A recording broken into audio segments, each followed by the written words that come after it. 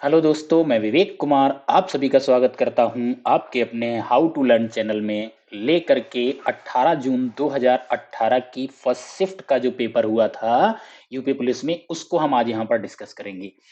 तो देखो, यहां पर हमने लिखा हुआ है, यह आसान नहीं होगा लेकिन आप यह कर सकते हैं।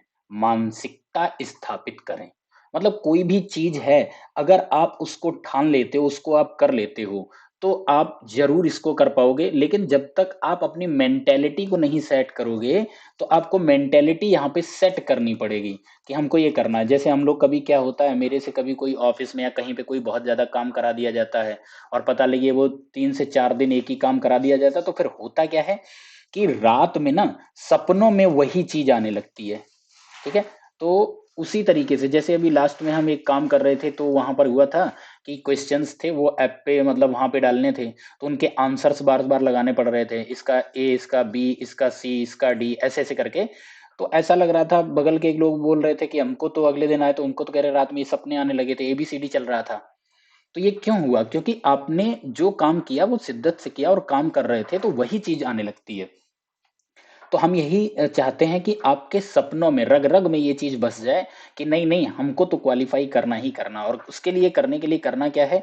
आपको कुछ नहीं करना है, सिर्फ और सिर्फ आपको इसी के बारे में सोचना है कि हम अपनी प्रैक्टिस प्रैक्टिस और प्रैक्टिस करें। जितने क्वेश्चन आप प्रैक्टिस कर सकते हो, उतना आपके लिए बेहतर होगा। जब आप एग्जाम हॉल में जाएंगे और एग्जाम हॉल से बाहर निकलेंगे, तो आप फील करेंगे कि नहीं, हमारी तैयारी बहुत अच्छी हुई थी।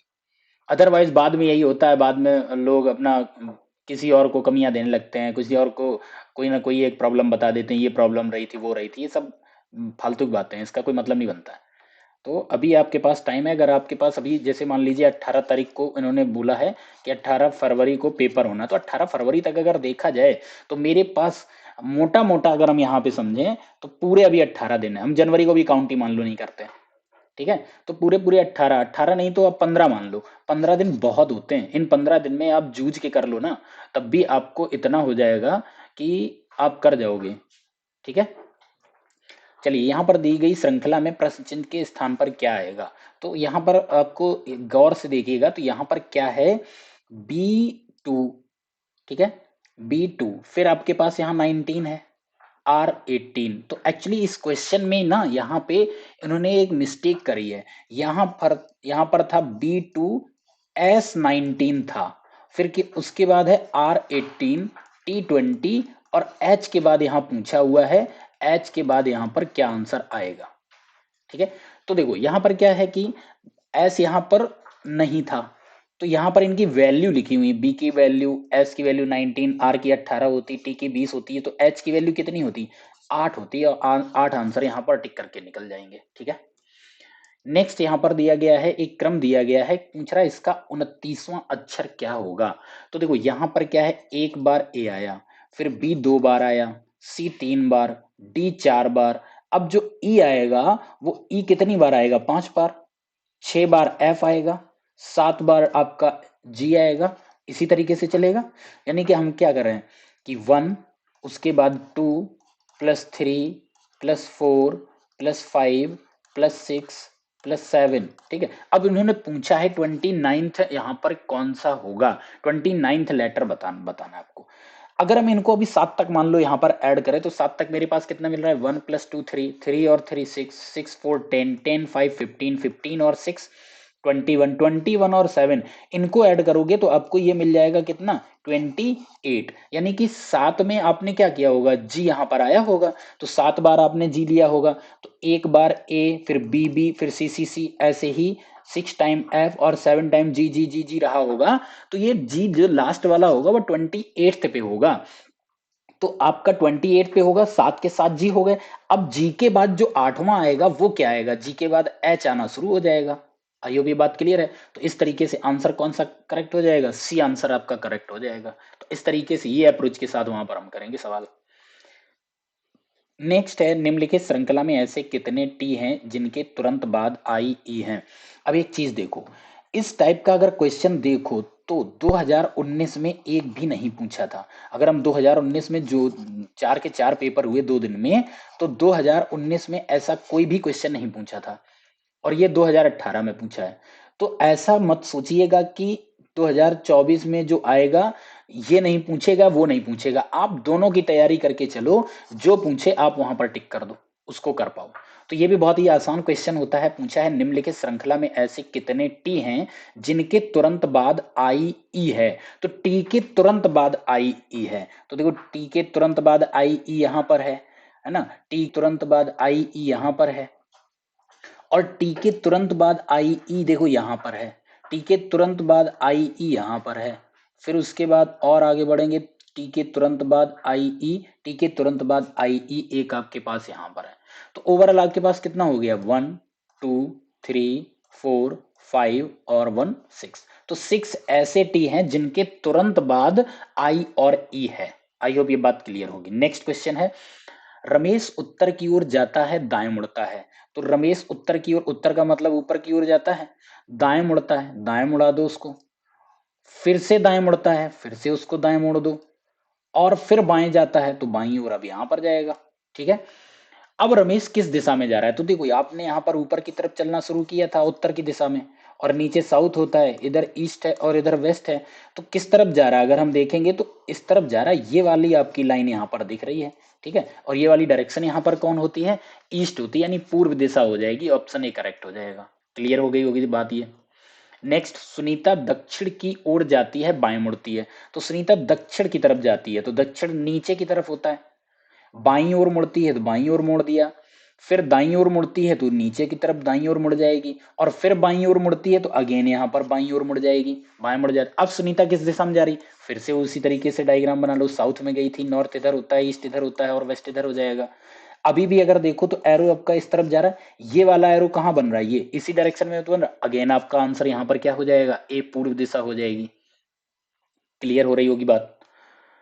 अगले देखो ये क्वेश्चन आ गए हैं, वही तर्क वाले क्वेश्चन आ गए जिनमें हम कहते हैं कि ये डाउटफुल होते हैं। अगर आपको क्लैरिटी है, अगर आपको लगता है कि हम अच्छे से कर पाते हैं तो ही करिएगा। और आपको हम जब ये सॉल्व कराते हैं तो कुछ चीजें बताते हैं, उनको आप बहुत ध्यान से सुना करो। यहाँ पर कथन दिया गया, भारत के किसी समृद्ध परिवार से ना आने वाले। समृद्ध परिवार मतलब कोई एक अच्छे घर से ना आने वाला जो बच्चा होता है, मतलब गरीब घर वाला जो बच्चा होता है। ठीक है। ना आने वाले बच्चे, किसी बच्चे को क्या अपने जुनून का अनुसरण करने देना चाहिए। जुनून का मतलब अगर उसके अंदर कोई टैलेंट है, कुछ है और वो करना चाहता है, तो समाज क्या करता है कि उसके पास पैसा नहीं है, उसको पैसा कौन देगा, ये कौन करेगा, वो कौन करेगा, उसको थोड़ा सा वो और कर देते हैं समाज में। तो क्या उनको ऐसा करने देना चाहिए। अगर मान लो उसके अंदर क्रिकेट का पैशन है, तो वो क्रिकेट खेल के आईपीएल में जा सकता है। कोई और उसके अंदर जुनून है तो वो करके जा सकता है।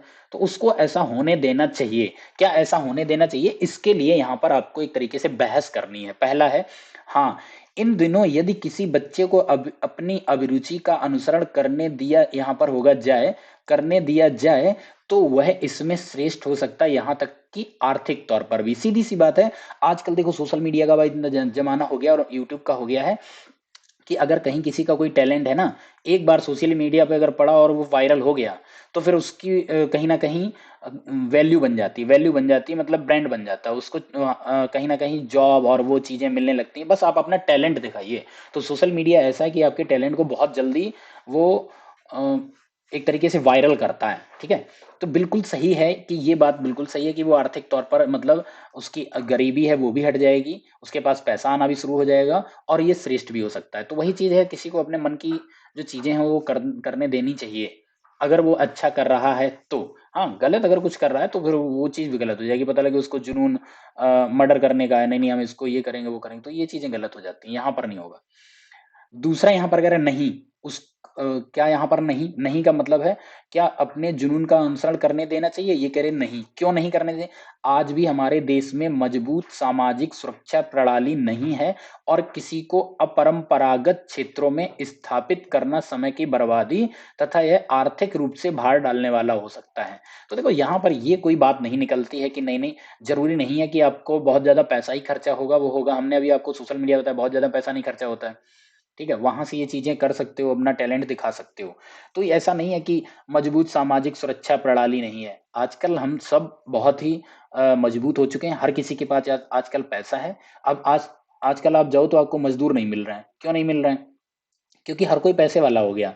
और मशीनें भी आ गई हैं, तो हर कोई दिमाग उस तरीके से टेक्निकल सोचने लगा है, ठीक है ना, तो वहां पर नहीं आपको मिलेंगी ये। पहला तो इसी तरीके से आपका कौन सा सही हो जाएगा, फर्स्ट नंबर सही होगा यहाँ पर, दूसरा गलत हो जाएगा। आई होप ये बात क्लियर होगी। नेक्स्ट, क्या माता पिता को अपनी बेटियों को शिक्षित करने में उतना खर्च करना चाहिए जितना वे अपने बेटों को शिक्षित करने में खर्च करते हैं? अरे यहाँ कंपैरिजन वाली कोई बात ही नहीं है, जो जैसा है उसको वैसा कर दो, अगर पढ़ने में अच्छा है तो उसको कराओ, चाहे बेटी हो चाहे बेटा हो, इसमें वाली बात ही नहीं। और आज का समाज हो गया, अगर हम आज के 30 से 40 साल पहले की बात करें तो ये चीजें थी।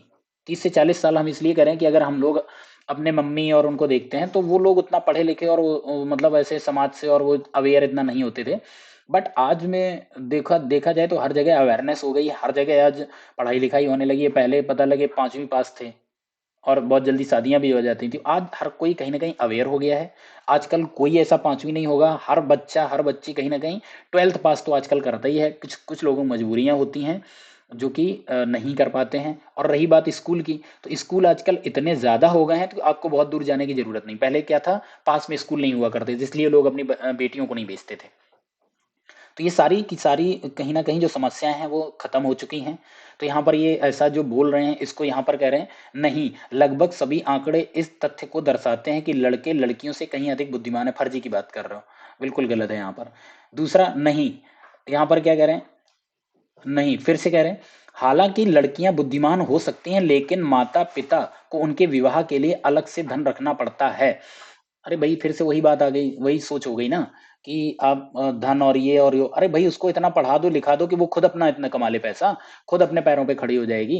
तो आजकल का समाज बदल चुका है, लड़कियां लड़कों से बहुत आगे हैं। तो यहाँ पर ये सब कुछ चीजें नहीं है जो गांव में है वो आज भी लोग करते हैं। लेकिन मुझे नहीं लगता है कि आप यहाँ पर उन पे इतना ना खर्च करो, उनकी पढ़ाई के में जो खर्च होना है वो बचा के उनकी शादी के लिए इकट्ठा करो। तो दूसरा वाला भी यहाँ पर वैलिड नहीं होगा। यहाँ पर आंसर मेरा हो जाएगा फर्स्ट और सेकंड दोनों ही हमारे स्ट्रॉन्ग पॉइंट नहीं है, ठीक है।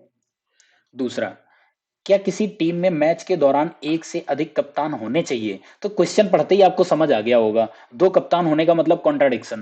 भाई आजकल जो डीआरएस सिस्टम होता है, तो डीआरएस सिस्टम में अब हमको यहाँ पर ये सोचना पड़ेगा कि वो वाला कप्तान डिसीजन ले कि ये डिसीजन ले, और वहां पर 12 13 15 सेकंड का ही टाइम होता है। तो फिर वहां डिसाइड नहीं कर पाएगा, एक बंदा होता है वो अपने लेवल पे सारे डिसीजन ले सकता है। लेकिन जहां दो लोग होते हैं तो वहां पर कॉन्ट्राडिक्शन आता है कि अरे यार आपने मेरी राय नहीं ली और आपने अपने कैसे डिसीजन लिया, मैं भी तो बराबर का हकदार था। तो ये चीज अब स्टेटमेंट पढ़ने पर ही आपको क्लियर हो गया होगा।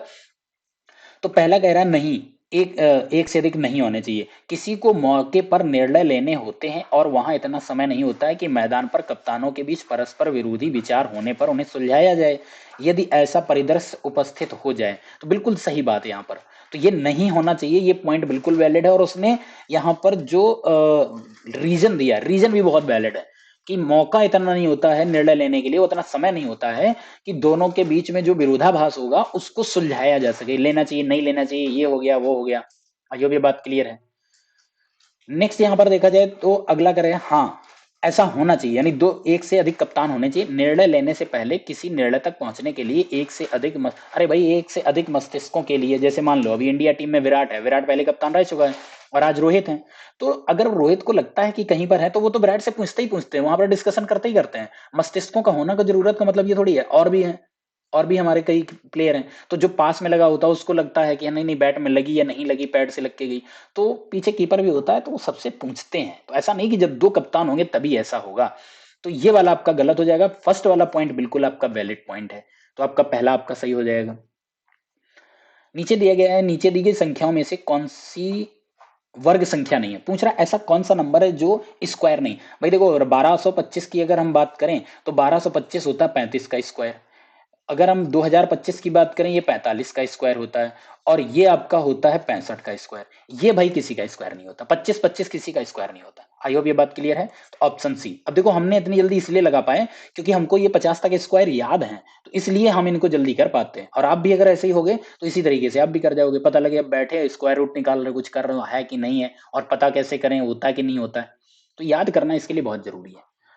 नेक्स्ट दिया गया समीकरण को हल करने के लिए सबसे उपयुक्त विकल्प चुनिए। तो यहाँ पर क्या दिया गया है, 60 में भाग दिया 12, 5 से भाग दिया तो यहाँ पर आपका 12 आ जाएगा। इनटू, अच्छा ब्रैकेट के अंदर है तो यहाँ पर सॉल्व करोगे तो ये आपका 4 आएगा, और 16 से 4 जाएगा तो यहाँ पर कितना बचेगा, 16 से जाएगा 4 तो यहाँ पर बचेगा 12 और डिवाइड में आपका 3 है। तो पहले हम फिर से डिवाइड करेंगे, 3 से डिवाइड करेंगे तो 12 और इंटू 3 से डिवाइड करने पे 4 आएगा, तो आंसर कितना आएगा 48 आएगा। तो ऑप्शन ए आपका करेक्ट हो जाएगा। क्लियर है बात? तो हम देखो उसी स्पीड से क्वेश्चन कर रहे हैं जिस स्पीड से आपको वहां पर करने चाहिए। यहां पर हम फर्जी की कोई बात नहीं कर रहे हैं, यहां पर हम इधर उधर घुमाने की कोई नहीं बात कर रहे हैं, सीधा टू द पॉइंट और क्वेश्चन की बात करें। इसी तरीके से आपको प्रिपरेशन भी करनी होती है कि बीच में पता लगे मोबाइल चला रहे हो, ये कर रहे हो, वो कर रहे हो, ये सारी चीजें नहीं होनी चाहिए। नेक्स्ट, समीकरण को हल करने के लिए सबसे उपयुक्त विकल्प को चुनिए। तो देखो यहाँ पर ये क्वेश्चन में थोड़ी सी गलती है, यहाँ पर एक्चुअली ये प्लस है, तो अब हम यहाँ पर क्या करेंगे 9.87 में प्लस करेंगे 6.54 में प्लस करेंगे 3.21, बस तीनों चीजों को ऐड करना है, बिल्कुल जीरो लेवल का क्वेश्चन है। 7 4 11 और 1 12, 8 5 13 2 15 और 1 16, यहाँ पर आ जाएगा 9 6 15 3 18 और 1 19, 19.62 ऑप्शन ए आपका करेक्ट हो जाएगा। क्लियर इतनी बात?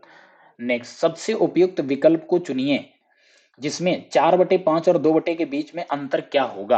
यानी आपको 4/5 में से 2/3 अगर माइनस करना हो तो आंसर क्या होगा, यानी इनके बीच का डिफरेंस आपसे पूछ रहा है। तो देखो यहां पर क्या हो जाएगा, एलसीएम आपका यहां पर कितना होगा, एलसीएम की अगर हम बात करें तो एलसीएम हो जाएगा 15, 3 का मल्टीप्लाई 4, 5 का मल्टीप्लाई 2 में, तो 3 का मल्टीप्लाई 4 में ये 12 हो जाएगा, माइनस में 5 का मल्टीप्लाई 2 10, तो 10 12 से 10 माइनस जाएगा 2/15, ये आपका डिफरेंस आएगा। तो option number second is correct हो जाएगा। नेक्स्ट, उपयुक्त विकल्प को चुने जो 30 60 72 का एचसीएफ होगा। तो देखो 30 60 और 72 का एचसीएफ की अगर हम बात करें तो 30 60 और 72, तो यहाँ पे अगर आपको इसको करना है तो इसको हम कैसे करते हैं। सबसे पहले यहाँ पर हमको ये देखना होता है कि इसको हम जब डिवाइड करेंगे तो एक तरीका ये होता है कि सबसे छोटे नंबर से डिवाइड करो। सबसे छोटे नंबर कौन सा है 30, 30 से 60 को डिवाइड करो, तो 60 को डिवाइड करोगे 30 दूनी 60, पूरा पूरा डिवाइड हो गया। तो अभी हमारा जो नंबर बचा है 30, इसी से हमको डिवाइड करना पड़ेगा किसको, 72 को, उसके बाद जो बड़ा नंबर होगा।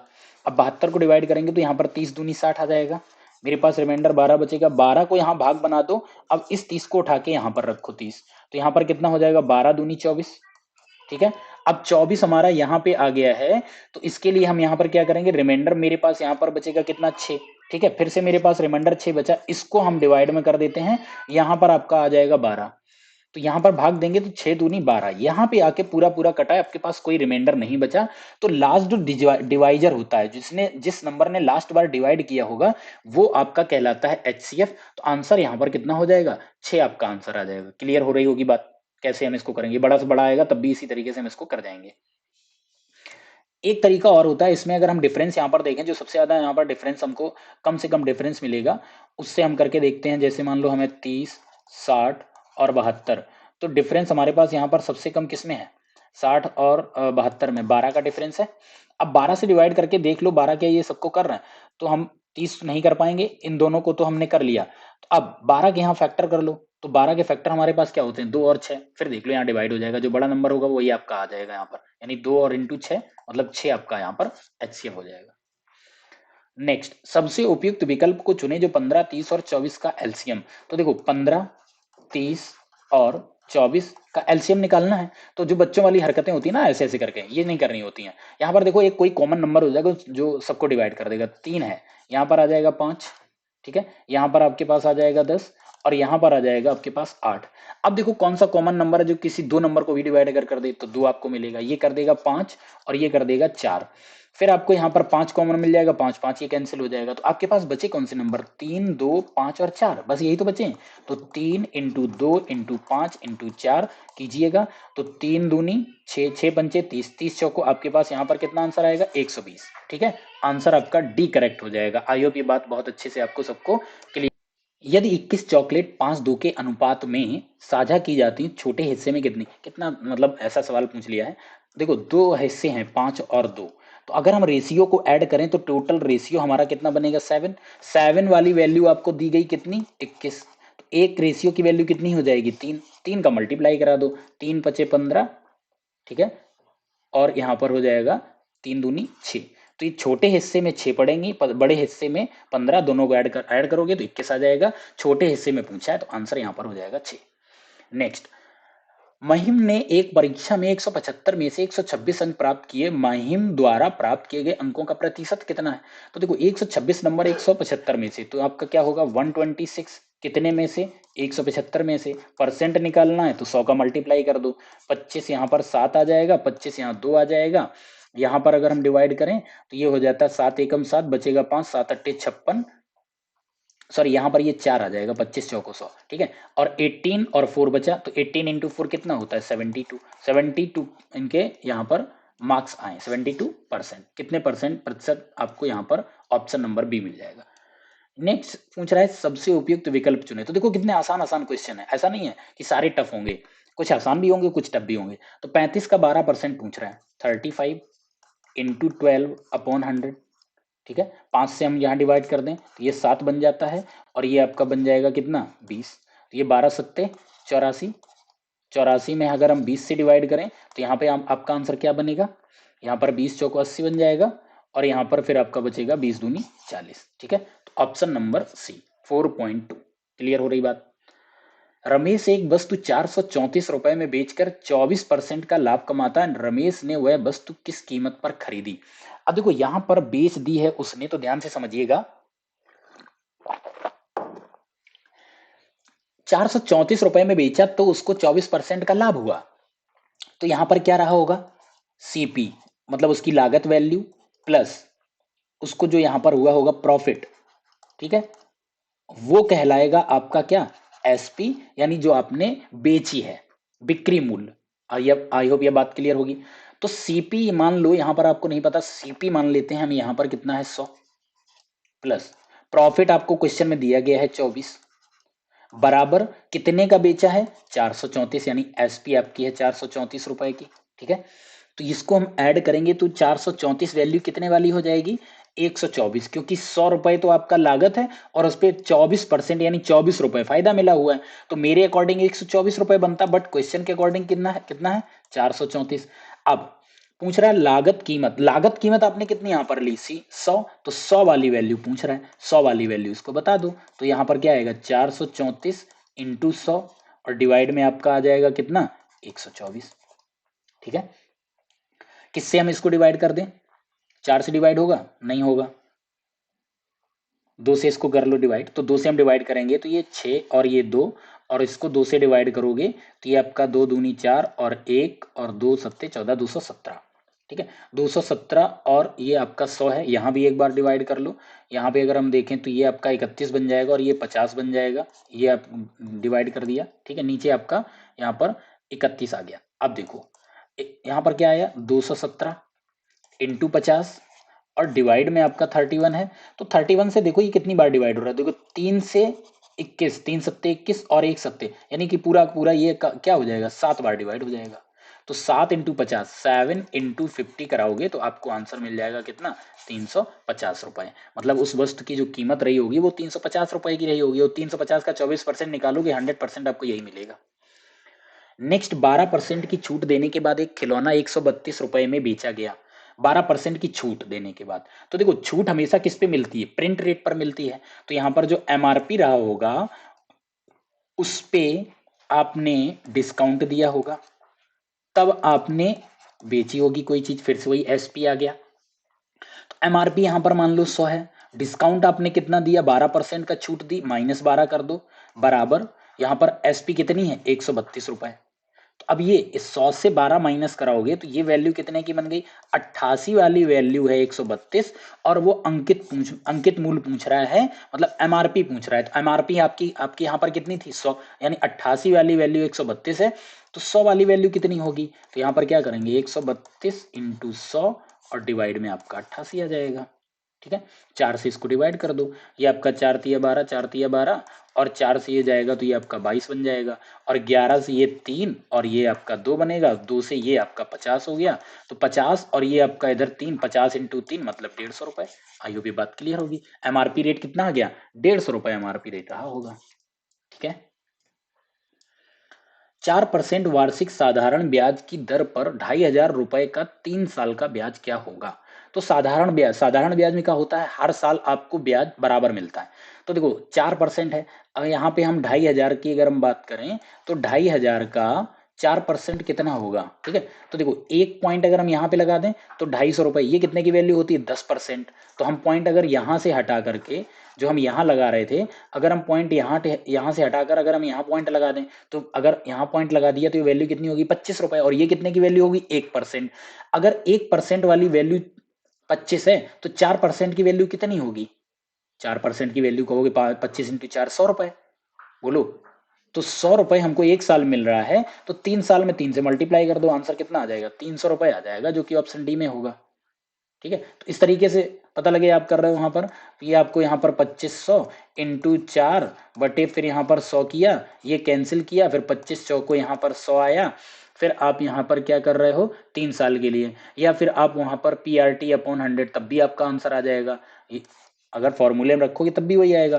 पी कितना है 2500, इंटू आर कितना है 4%, इंटू टाइम कितना है 3, और नीचे में आपका आ जाएगा 100। तो 100 से ये दोनों जीरो कैंसिल हो गई। अब 25 चौको 100 या 300, तब भी वही बात वही आ रही। हम इसको बिना पेन चलाए वो डायरेक्ट भी कर सकते थे, थोड़ा अगर आपको समझ है, हमें कुछ भी नहीं चलाएंगे तब भी आ जाएगा 4%, मतलब यहाँ पर ये 100 इंटू 3 साल के लिए 300 रुपए सीधा आंसर है। विद इन 10 सेकेंड इसका आंसर आ जाएगा। नेक्स्ट 10% वार्षिक चक्रवृद्धि ब्याज की दर पर 1400 रुपए का 2 साल में ब्याज कितना होगा। देखो 1400 का 10% की बात कर रहा है, तो अगर हम चक्रवृद्धि ब्याज की बात करें, CI की बात करें, कंपाउंड इंटरेस्ट क्या होता है, इंटरेस्ट पे इंटरेस्ट मिलता है 2 साल के लिए है, तो 1% की वैल्यू कितनी होगी, एक पॉइंट हमने लगा दिया 140, यानी कि पहले साल अगर हम बात करें फर्स्ट ईयर में कितना मिलेगा 140 रुपए।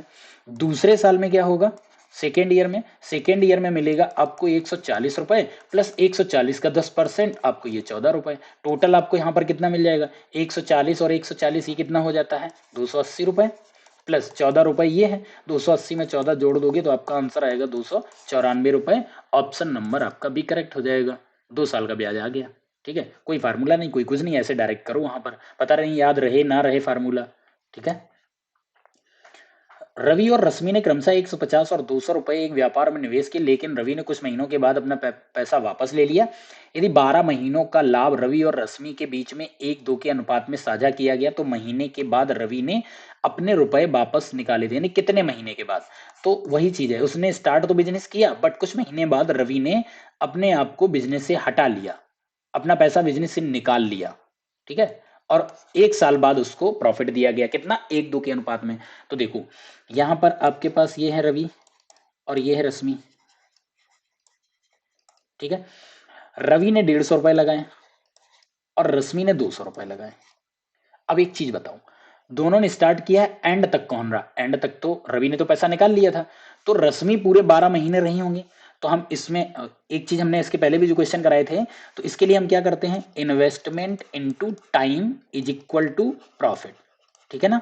इन्वेस्टमेंट और कितने टाइम के लिए आपने इन्वेस्टमेंट किया, तब जाके आपको प्रॉफिट मिलता है। तो इन्होंने कितना 12 महीने के लिए लगाया है, ठीक है। तो यहां पर 12 महीने के लिए अगर इन्होंने लगाया है, इनका मुझे पता नहीं, इन्होंने भी मान लो यहां पर x महीनों के लिए लगाया है, तो इनका टोटल हमने करा दिया, इन्वेस्टमेंट है हो गया ये, और ये हो गया टाइम, तो मल्टीप्लाई अगर कराएं तो 12 दूनी, ये आपका कितना बनता है 2400, और जो आपका ये बनता है मल्टीप्लाई होके, इसी रेशियो में ही तो आपका प्रॉफिट दिया जाता है। तो प्रॉफिट का रेशियो कितना है, प्रॉफिट का रेशियो है दोनों का 1 और 2 का अनुपात, यानी 2 वाली वैल्यू अगर 2400 है तो 1 वाली वैल्यू कितनी होगी, यानी कि इनको 1200 मिला होगा। 1200 कब मिला होगा, जब 150 का मल्टीप्लाई हमने महीने में एक्स में किया होगा, तब आया होगा 12।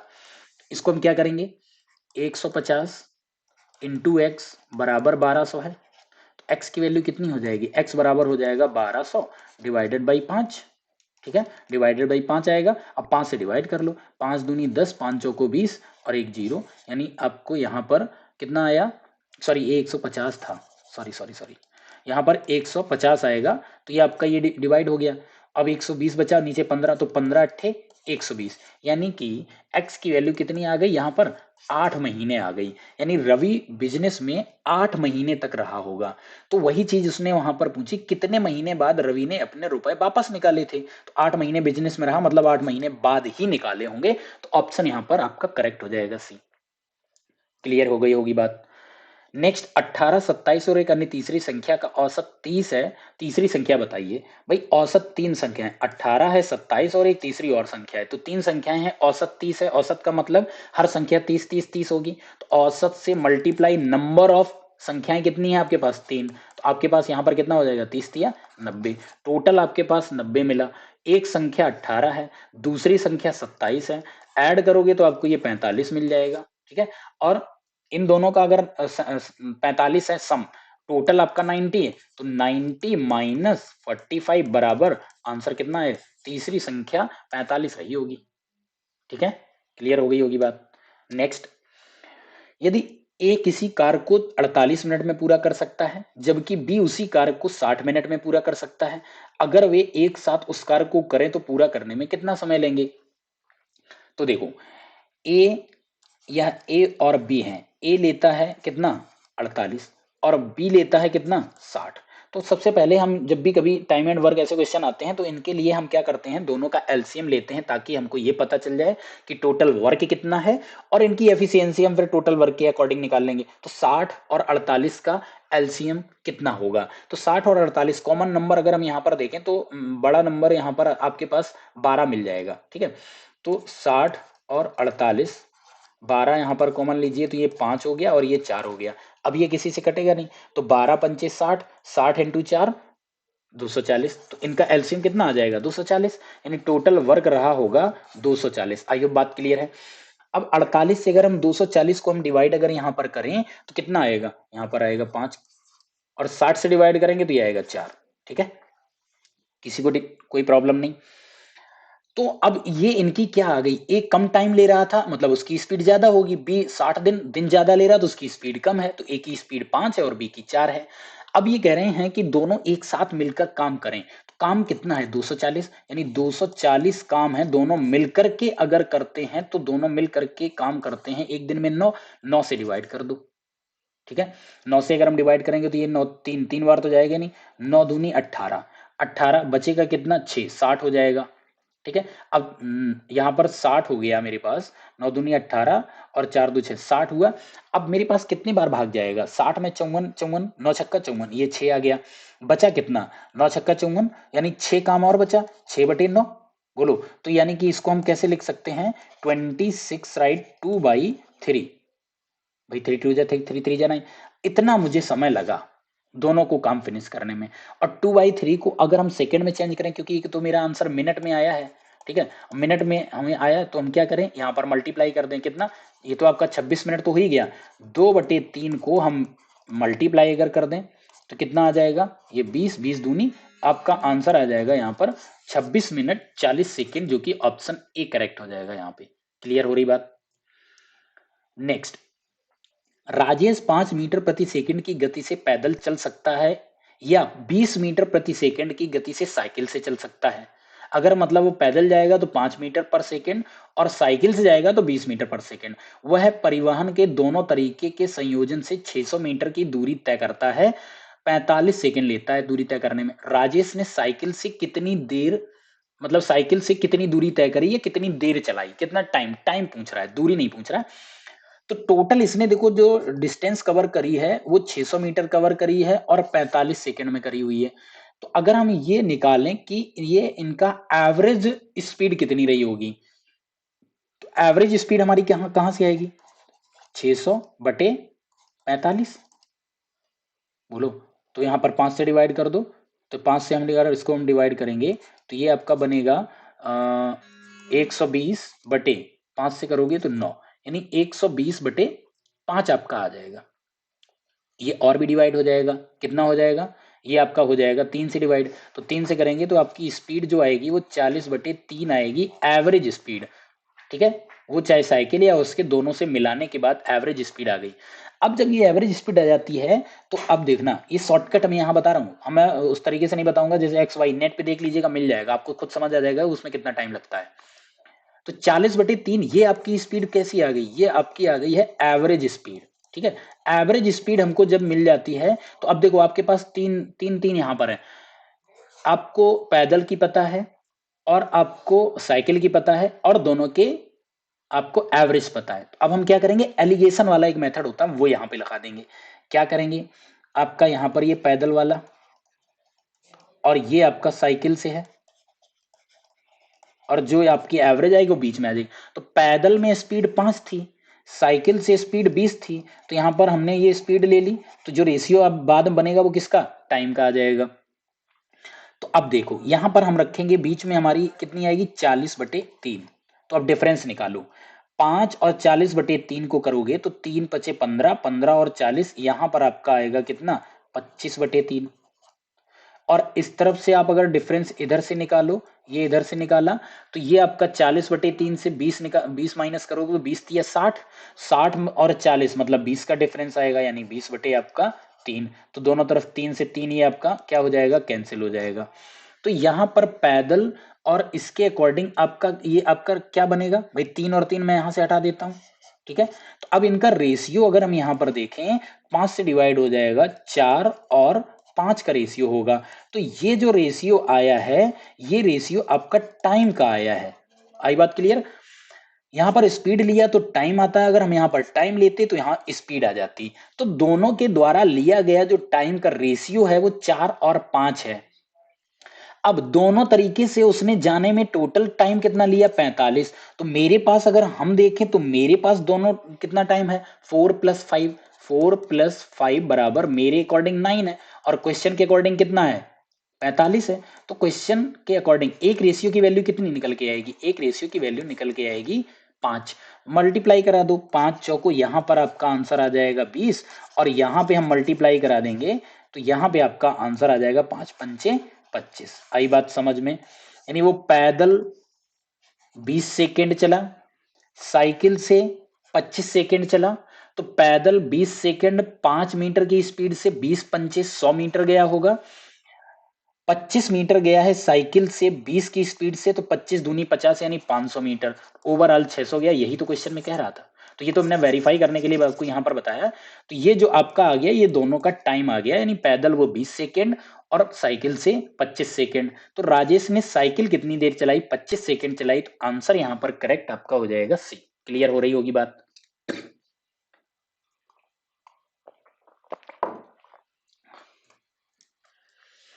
नेक्स्ट, एक कमरे की लंबाई, चौड़ाई और ऊंचाई 5:4:2 के अनुपात में है। यदि लंबाई 20%, चौड़ाई 25% और ऊंचाई 25% कम कर दी जाए, मतलब ये बढ़ जाती है क्या क्या, आपकी जो लंबाई और चौड़ाई वो बढ़ जाती है और ऊंचाई कम हो जाती है। तो देखो इसको हम मतलब बेसिक तरीके से और बहुत आसान तरीके से करने के लिए हम यही करेंगे, जो रेशियो आपको 5:4:2 दिया गया है, तो यहां पर आपका किसका किसका है, लंबाई, चौड़ाई को ब्रेथ मतलब बी बोलते हैं, और ऊंचाई एच। तो ये 5, 4 और 20 हैं, तो इनको क्या करो, क्योंकि परसेंट जो दिया गया ना, 5 और 4 और 2 का परसेंट निकालोगे तो पॉइंट वैल्यू जाएगी। तो इसके लिए हम यहाँ पर थोड़ा स्मार्टनेस, अपना तरीका यहाँ बदलेंगे, अप्रोच बदलेंगे। तो इसको हम क्या करेंगे, 50, 40 और 20 कर लो, कोई प्रॉब्लम नहीं है, ठीक है। यानी 50 लंबाई है, 40 चौड़ाई है और 20 आपकी हाइट है। क्लियर इतनी बात। अब यहां पर जो ये कह रहा है कि लंबाई 20% बढ़ जाती है, 50 का 20% कितना होगा, 10 होगा, यानी लंबाई बढ़कर कितनी हो जाती है, 60। चौड़ाई 25%, 40 का 25% होता है 10, चौड़ाई 40 से बढ़कर कितनी हो जाएगी, 50। और आपकी जो ऊंचाई है वो 25% घट जाती है, तो 20 का 25% कितना होगा, 5। यानी कि आपकी जो हाइट है ये कितना कम हो जाएगी, 5 कम हो जाएगी, तो हाइट इसकी हो जाएगी 15। आई होप ये बात क्लियर होगी। तो देखो ये जो कैलकुलेशन हम यहाँ पर रख रहे हैं, ये ऐसे जैसे मैं कर रहा हूँ ऐसे ही आपको आना चाहिए एग्जाम में। ऐसा नहीं कि पता लगे वहां पर बैठ गए हो 50 × 20 बटे और इस तरीके से सबका निकाल लो 100, ठीक है। तो 0 0 0 0 भाई, आप 5×2 = 10 तब भी तो आया, वही तो हमने 5×2 = 10 यहाँ पर 60 है, 10 ऐड करके कर दिया। तो ये चीजें बहुत ही बेसिक हैं, ये आपको आनी चाहिए बहुत अच्छे तरीके से। तो देखो ये वाली आपकी पहले की है, ये वाली जो आपकी लेंथ है या जो भी है ये पहले की है, और ये बढ़ने के बाद है, मतलब ये बाद वाली है। बात इतनी क्लियर हो गई। ये जब हमने बढ़ा दी तो बाद में आपका ये हुआ। अब कह रहा है तो कमरे की 4 दीवारों का कुल क्षेत्रफल में कमी या वृद्धि पहले के बजाय कितनी हो जाएगी अगर हम ये बढ़ा और घटा देते हैं। तो देखो कमरे का जो दीवारों का क्षेत्रफल होता है उसका फॉर्मूला होता है 2H L+B।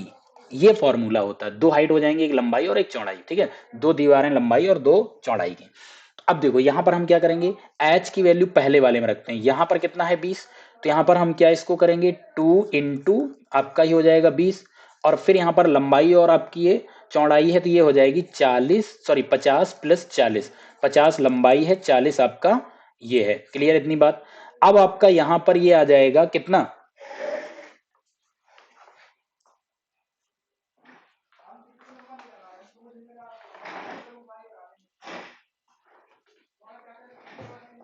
अब देखो 2 इंटू आपका 20 हो गया, 50 प्लस 40 है तो ये आपका बन जाएगा कितना 40, और 40 इंटू इधर से कितना आ जाएगा 90। तो टोटल आपका क्षेत्रफल पहले कितना रहा होगा 3600। ये बात सभी को आई हो बहुत अच्छे से क्लियर हो गई होगी। दूसरे में यहां पर अगर हम आए अगेन वही अगर हम फार्मूला यहां पर यूज करें, दूसरी बार में जो ये आपकी यहां पर आ गई तो इसके लिए हम क्या करेंगे 2 इंटू आपकी यहां पर ऊंचाई कितनी हो गई 15, और ब्रैकेट में यहां पर लंबाई कितनी है 60 प्लस चौड़ाई आपकी कितनी हो गई 50, तो यहां पर 15 दूनी ये 30 हो जाएगा, इंटू 60 और 50 110 हो जाएगा। अब आपका ये टोटल कितना बनेगा 11 तिया 3300। ठीक है, तो अब देखो पहले से मेरा यहां पर क्षेत्रफल कम हुआ, कितना कम हो गया माइनस हो गया 300। क्लियर इतनी बात। -300 है तो वही पूछ रहा है कि इसमें बढ़ेगा या घटेगा, या क्या हुआ पहले से घटेगा। अब कितना घटेगा ये पूछ रहा है, तो आपका 300 घटा, पहले कितना था 3600। ठीक है, तो अगर इसको हम देखें तो जीरो से जीरो कैंसिल, 3 से हम डिवाइड करें 3 एकम 3 और आपका ये आएगा 12, तो ये क्या होगा 1/12 कम हो जाएगा क्षेत्रफल, यानी ऑप्शन नंबर ए आपका करेक्ट होगा। क्लियर हो रही बात कि नहीं हो रही। नेक्स्ट क्वेश्चन, तुहिन और प्रणव किसी कार्य को अकेले क्रमशः 42 और 70 मिनट में पूरा कर सकते हैं। कार्य की समाप्ति तक तुहिन से शुरू करते हुए, यानी कार्य जो स्टार्ट हुआ है वो तुहिन ने स्टार्ट किया है, दोनों बारी बारी, बारी बारी का मतलब पहले दिन एक एक मिनट आते हैं, तो पहले मिनट में तुहिन आएगा, दूसरे मिनट में यहां पर प्रणव आएगा, फिर यहां पर तुहिन आएगा, फिर प्रणव आएगा, तो एक एक करके आते हैं, पहले मिनट ये काम, फिर वो आराम करता, फिर वो आता है, तो ऐसे काम करना। तो इस क्वेश्चन को बहुत ही ध्यान से समझना किस तरीके से आपको करना है। तो देखो यहां पे कैसे करेंगे, यहां पे हमको करना है कि आपका जो ये दिया गया है, तो सबसे पहले क्या करना है तुहिन और प्रणव, ठीक है, इनका हमको जो टाइम दिया गया है ये है 42, और एक टाइम है आपका कितना 70, तो 42 और जो 70 आपको दिया गया है इनका एलसीएम ले लो, तो 42 और 70 का एलसीएम कितना होगा, देखो हमें तो बहुत स्पीड में कर लेते हैं, हम तो तुरंत निकाल लेंगे कि 210 आ रहा है। आप लोग क्या करेंगे, यहाँ पर 42 है और 70 है, कोई बड़ा से बड़ा नंबर लो जो दोनों को डिवाइड कर दे। 14 मेरे पास है, 14 तिया 42, 14 पंचे 70, तो 14 पंचे 70, 70 तिया 210, यानी 210 आपका यहाँ पर ये एलसीएम हो जाएगा। 210 ये क्या हुआ, ये हुआ आपका टोटल वर्क हो गया। तो 42 से 210 डिवाइड करोगे तो आपके पास आएगा 5, और 210 को 70 से डिवाइड करोगे तो आएगा यहाँ पर 3, यानी कि आपका जो तुहिन है उसकी स्पीड 5 है और प्रणव की स्पीड 3 है। क्लियर हो रही बात। अब इनका प्रोसेस क्या है, देखो यहां से यहां तक टोटल काम है 210। अब 210 काम करने के लिए पहले मिनट में काम करने आता तुहिन, तुहिन काम करेगा 3, दूसरे मिनट में आता है प्रणव, सॉरी तुहिन यहां पर करेगा 5 काम, और दूसरे मिनट आएगा प्रणब, तो ये यहां पर करेगा 3 काम। तो पहले मिनट में और दूसरे मिनट में ओवरऑल अगर, अब देखो यही वाला प्रोसेस चलता रहेगा आगे भी इसी तरीके से जाएगा, फिर आपका तुहिन आएगा 5 काम करेगा, फिर आपका प्रणव आएगा 2 काम करेगा। तो यहां पर आपको ये देखना है कि 2 मिनट में आपका काम हो रहा है कितना, 2 मिनट में आपका काम हो रहा 8, तो 1 मिनट की अगर हम बात करें तो ये 8/2 हो जाएगा कि नहीं हो जाएगा, 1 मिनट में 8/2 हो जाएगा। तो अब टोटल काम है आपका 210, तो 8/2 से डिवाइड करो, तो यहां पर क्या करेंगे हम, यहां पर करेंगे हम 210 को 8/2 से, तो 8, तो ऊपर आपका मल्टीप्लाई में चला जाएगा। ठीक है, तो यहां पे अगर हम इसको डिवाइड करेंगे तो देखो मेरे पास क्या बचेगा, ये हमारा बन जाएगा कितना, 2 से सीधा सीधा यहां पर ये डिवाइड कर लो, ये 4 आ जाएगा। अब 4 से इसको डिवाइड करो, देखो वहां तक डिवाइड करना जहां तक डिवाइड हो, पूरा पॉइंट में मत जाना, जो रिमाइंडर बचेगा वो आपका उतना काम करने को बचा होगा, इतना ध्यान रखना। ठीक है, तो यहां पे अभी हम ये हटा देते हैं। ठीक है, अब यहां पर क्या होगा कि कुछ काम आपका बच जाएगा। अब 210 आपके पास है, 210 को आप 4 से डिवाइड करो तो आपके पास कितना आएगा, 4 पंचे 20, 10 बचेगा, 4 दूनी 8, तो कितना बचा, शेष आपके पास बचा 2, यानी कि 52 आपने मिनट में काम करा लिया। 52 मिनट में कितना काम हो गया होगा, 52 मिनट में आपका काम 208 हो गया होगा। ठीक है, तो यहां काम बचा कितना होगा, अगर 210 में से 208 काम आपका कंप्लीट हो गया है तो 2 काम और बचा होगा। और देखो यहां पर 2 काम करेगा कौन, 2 काम करने आएगा, क्योंकि यहां पर लास्ट जो काम किया होगा वो प्रणब ने लास्ट दिन काम किया होगा, तो यहां पर काम करने के लिए कंफर्म है तुहिन ही आएगा। तुहिन एक दिन में कितना काम करता है, 5, तो 2 काम करने के लिए वो कितना समय लगेगा, देखो 52 मिनट तो आपका ये कंफर्म हो गया, इतना तो लगेगा, प्लस 2 काम करने के लिए आपके पास आएगा यहां पर तुहिन, जो कि 2/5 है। अब 2/5 को हमें सेकंड में अगर निकालना होगा तो मेरा आंसर क्या आएगा, मल्टीप्लाई हम 60 से कर देंगे सेकंड से, तो ये आपका आएगा यहाँ पर 12, और 12 दूनी ये कितना हो जाएगा, 24, यानी जो आपका आंसर बनेगा वो बनेगा 52 मिनट 24 सेकेंड। तो आपको देखो यहाँ पर 52 24 कौन सा आंसर मिल रहा है, आंसर आपको बी यहाँ पर मिल जाएगा। आई होप ये बात सभी को क्लियर हो जाएगी, क्लियर है। नेक्स्ट, रविंद्र रोज सुबह 8 बजे घर से निकलता है और 9:30 बजे कार्यालय पहुंचता है। इसको बहुत ध्यान से समझना। देखो अगर इसको हम अगर एक्स वाई और वो मान के करेंगे तो बहुत ज्यादा कंफ्यूज हो जाएंगे। ठीक है, आपको उतने अच्छे समझ में भी नहीं आएगा, बट हम जो तरीका बता रहे हैं इतना सॉलिड तरीका है, बहुत आसानी से आपको यहाँ पर समझ में आएगा। पहले हम कुछ सवाल को पढ़ लेते हैं, अच्छे समझ लेते हैं। रविंद्र रोज सुबह 8 बजे घर से निकलता है और 9:30 बजे कार्यालय पहुंचता है।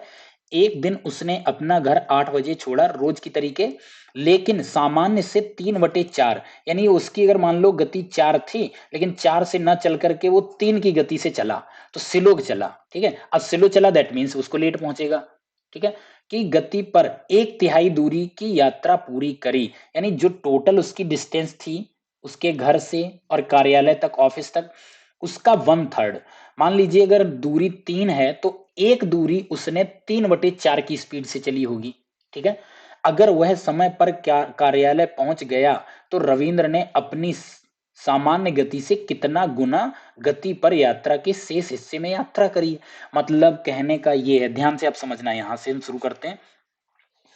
यहां पर ये मान लो इसका यहां पर ये घर है, ठीक है, और ये उसका यहां पर ऑफिस है। घर से ऑफिस चलता है कितने बजे, 8 बजे, पहुंचता कितने बजे है, रोज 9:30 बजे। अब यहां पर ये बीच की आपको दूरी क्या पता है, ये दूरी नहीं पता है, इसीलिए हमारी प्रॉब्लम आएगी। स्पीड हमको नहीं पता, ना तो दूरी पता है ना स्पीड पता है, हमें फ्रैक्शन वैल्यू पता है कि स्पीड हो जाएगी 3/4 और दूरी है 1/3। ठीक है, तो इन्हीं के लिए अगर हम कुछ आसान करने की अगर हम बात करें तो यहां पर मैं आपको आसान करने के लिए ये बोलूंगा कि अगर कोई 8 बजे घर से निकलता है और 9:30 बजे पहुंचता है, मतलब 1.5 घंटे, 1.5 घंटे का मतलब 90 मिनट, 90 मिनट में वो अपने ऑफिस पहुंचता है। 90 मिनट लगाता है तो 90 मिनट लगाता है, ये कुछ दूरी रही होगी, तो आप लोग यहाँ पर x दूरी मानोगे, हम x नहीं मानेंगे भाई। 90 मिनट है, मान लो 90 किलोमीटर। ठीक है, अगर 90 मिनट में कोई बंदा 90 किलोमीटर जाता है, दैट मीन्स 1 मिनट में 1 किलोमीटर, तो 60 मिनट में 60 किलोमीटर, यानी उसकी स्पीड कितनी आ जाएगी, उसकी स्पीड हो जाएगी 60 किलोमीटर पर आवर की स्पीड हो जाएगी उस पर्सन की। क्लियर इतनी बात। तो पर्सन की हमने स्पीड मान ली कितनी, ये, और यहां पर डिस्टेंस हमने ये ले ली यहां पर ये। बस ये दो चीजें हमको यहां पर अप्रोच करनी थी, अगर ये आपने अपनी चीजें मान ली हैं, अब आपका आसान कितना हो जाता है आपको खुद पता नहीं होगा। ठीक है, अब उसने क्या बोला यहां से, लेकिन सामान्य गति से 3/4 की गति, तो सामान्य गति अभी उसकी यहां पर अभी अभी हमने यहां पर लिया, ये कितना लिया, 60। ठीक है, तो 60 गति सामान्य है, तो 60 गति का 3/4, तो हम क्या करेंगे, 60 का 3/4 करेंगे, 4 से ये 15, मतलब 45। आई होप ये बात क्लियर हो गई होगी। तो यहां पर देखो फिर से आपको हम समझाते हैं कि ये निकला यहां घर से 8 बजे निकला, लेकिन 1/3, मैंने टोटल डिस्टेंस 90 किलोमीटर ली, तो 90 का 1/3 कितना होगा, 30 होगा, यानी जो ये 30 किलोमीटर की दूरी है, ये 3/4 स्पीड यानी 45 किलोमीटर पर आवर की स्पीड से कवर करी होगी, और बची आपकी यहां पर डिस्टेंस कितनी, 60 किलोमीटर। अब हमको ये देखना है, अब उसको एक चीज और है कि वो कार्यालय समय पे पहुंचा था, मतलब उसको कार्यालय पहुंचने में 90 मिनट ही लगे थे। तो यहां पे देखो 45 की स्पीड से जाएगा तो 30 किलोमीटर उसको कवर करने में कितना समय लगेगा। तो यहां पर क्या करेंगे, 30 किलोमीटर 45 की स्पीड से जाएगा, इंटू 60 से मल्टीप्लाई कर दो तो मिनट आ जाएंगे आपके पास यहां पर। तो 15 चौको 60 और 15 तिया 45 और 3 से यहां पर 10, मतलब उसको यहां पर कितना, 40 मिनट लगा दिए होंगे उसने यहां पर। ठीक है, 40 मिनट इसको लग गए हैं इस 30 किलोमीटर को कवर करने में। और ये आपकी जो पूरी डिस्टेंस थी कवर कितने में हो रही थी, 90 मिनट में। तो बचा हुआ जो 60 किलोमीटर है, ये उसको कितने मिनट में कवर करना पड़ेगा, 50 मिनट में ही कवर करना पड़ेगा, क्योंकि उसको 9:30 पे पहुंचना है, ठीक टाइम पे पहुंचना है। यानी 8:40 तो बज गया यहाँ 30 में ही, मतलब 8:40 हो गया। तो 8:40 से 9:30, 50 मिनट तो बचे, 20 इधर 30 उधर। ठीक है, तो 50 मिनट में 60 किलोमीटर जाएगा, मतलब 60 किलोमीटर 50 में जाएगा, तो ये जीरो से जीरो कर दो, यानी उसको अपनी स्पीड कितनी, 6/5 कर देनी होगी। अब देखो स्पीड हमको एक्चुअली पता नहीं था, ये हमने क्या था, ये स्पीड और ये डिस्टेंस ये हमने मानी हुई है। तो मानी हुई चीज हम डायरेक्ट कभी आंसर में नहीं देंगे, पता लगे कभी आंसर पूछ ले उसकी सामान्य गति क्या और ऑप्शन में 60 हो, आप टिक करके चले आओ। हम कभी नहीं बता सकते, क्यों नहीं बता सकते हैं, हमको यहाँ पर रेशियो दिया गया था, रेशियो से कभी वैल्यू फाइंड नहीं करी जाती, ध्यान रखिएगा। स्पीड का भी रेशियो था, और जो आपकी डिस्टेंस थी उसका भी 1/3 का रेशियो था। क्लियर इतनी बात, 3 टोटल दूरी थी जिसमें से एक दूरी में वो 4 के बजाय 3 की स्पीड से गया था। तो ये रेशियो पूरा था, मैंने उस रेशियो को मान लिया था, उस रेशियो में आ जाए। बट यहां पे हम क्या दे रहे हैं, रेशियो ही दे रहे हैं 6/5, यानी कि जो उसकी स्पीड पहले 5 रही होगी तो वो 6 की स्पीड से जाएगा, मतलब अपनी एक की स्पीड बढ़ा देगा। एक की स्पीड का मतलब है 20% उसको बढ़ानी पड़ेगी स्पीड, जो आपकी एक्चुअल स्पीड है। आई होप क्लियर हो गई होगी बात। तो यहां पर आंसर जो बनेगा वो आपका 6 नंबर बनेगा। क्लियर बात। नेक्स्ट, निम्नलिखित में से कौन सा युग्म नीचे दिए गए शब्दों के मध्य संबंध से निकटतम समानता रखता है। घी वनस्पति, देखो जो भी कोई वनस्पति होती है उसको अच्छा बनाने के लिए, हमको उसकी मात्रा बढ़ाने के लिए हमको घी मिलाना पड़ता है। तो अब यहाँ पर हमको देख लो, यहाँ पर किसी चीज को बढ़ाने के लिए, चाय की मात्रा बढ़ाने के लिए दूध, बिल्कुल नहीं, चाय की मात्रा बढ़ाने के लिए हम पानी मिलाते हैं। यहाँ पर दूध की मात्रा बढ़ाने के लिए पानी मिलाते हैं, ये बिल्कुल सही है। आपने देखा हो जो दूधिया होते हैं, मिल्कमैन होते हैं, तो वो क्या करते हैं, पानी ही तो उसमें मिलाते हैं। दही की मात्रा बढ़ाने के लिए दूध मिलाया जाता है, बिल्कुल गलत। पनीर की मात्रा बढ़ाने के लिए हमें दूध मिलाया जाता है, बिल्कुल गलत। ठीक है, हमारे पास चीज उतनी है, वैल्यू बढ़ जाए उसकी, ठीक है, क्वांटिटी उसकी बढ़ जाए, तो हम क्या करते हैं, कुछ चीज हम मिला देते हैं, वो पानी मिलाएंगे दूध में तभी बढ़ेगी। नेक्स्ट, नेक्स्ट आपका दिया गया है, जिस प्रकार सद्गुण दया से, तो देखो सद्गुण और दया दोनों हमारे पॉजिटिव वैल्यू दी गई हैं, उसी प्रकार अवगुण, अवगुण आपका ये नेगेटिव है, किससे संबंधित है। तो देखो शोक, शोक तो ये मतलब ये एक तरीके से हम नेगेटिव नहीं बोलेंगे, शोक तो मनाया जाता है, किसी का कुछ इस तरीके से हो जाता है। करुणा, ये भी करुणा, करुणा भावना होती है, ठीक है, ये भी नहीं होगा, ये भी क्रूरता हो जाएगा। अवगुण भी है और क्रूर भी है, दूसरी तरफ उसके अंदर सद्गुण भी है और उसके अंदर दया का भाव भी है। ठीक है, तो अवगुण और यहां पर क्रूरता हो जाएगा। आई होप ये बात सभी को क्लियर हो गई होगी।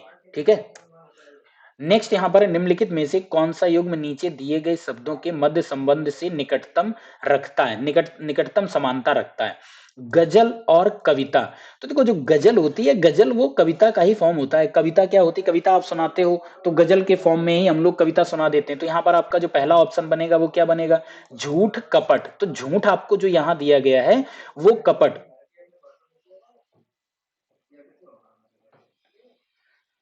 तो यहाँ पर यहाँ पाठ और पुस्तक, पाठ और पुस्तक ये आपका गलत हो जाएगा, पाठ पुस्तक नहीं होगा। ठीक है, किवदंती, किवदंती मतलब पौराणिक कहानियां होती हैं, ठीक है, ये भी आपका नहीं। शिक्षक महाविद्यालय, ये भी नहीं होगा, ये भी नहीं होगा।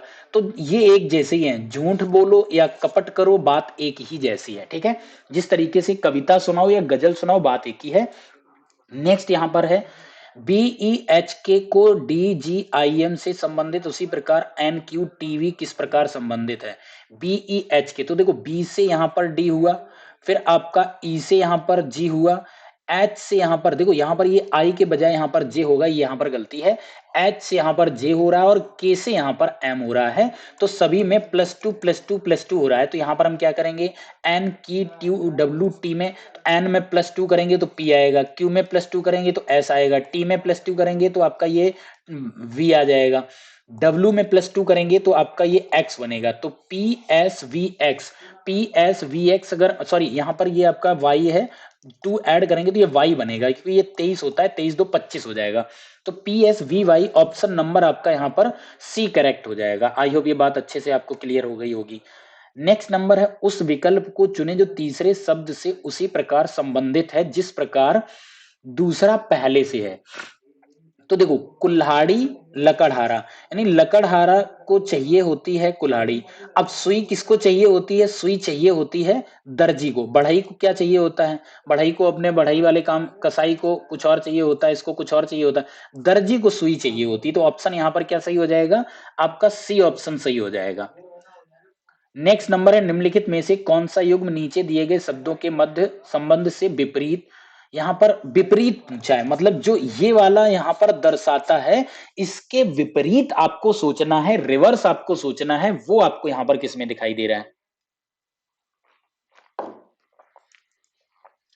तो देखो यहां पर आप क्या है, घृणा प्रेम, तो घृणा और प्रेम एक दूसरे के अपोजिट हैं। आप किसी से घृणा करते हो या किसी से प्रेम करते हो, तो इसका अपोजिट क्या होगा।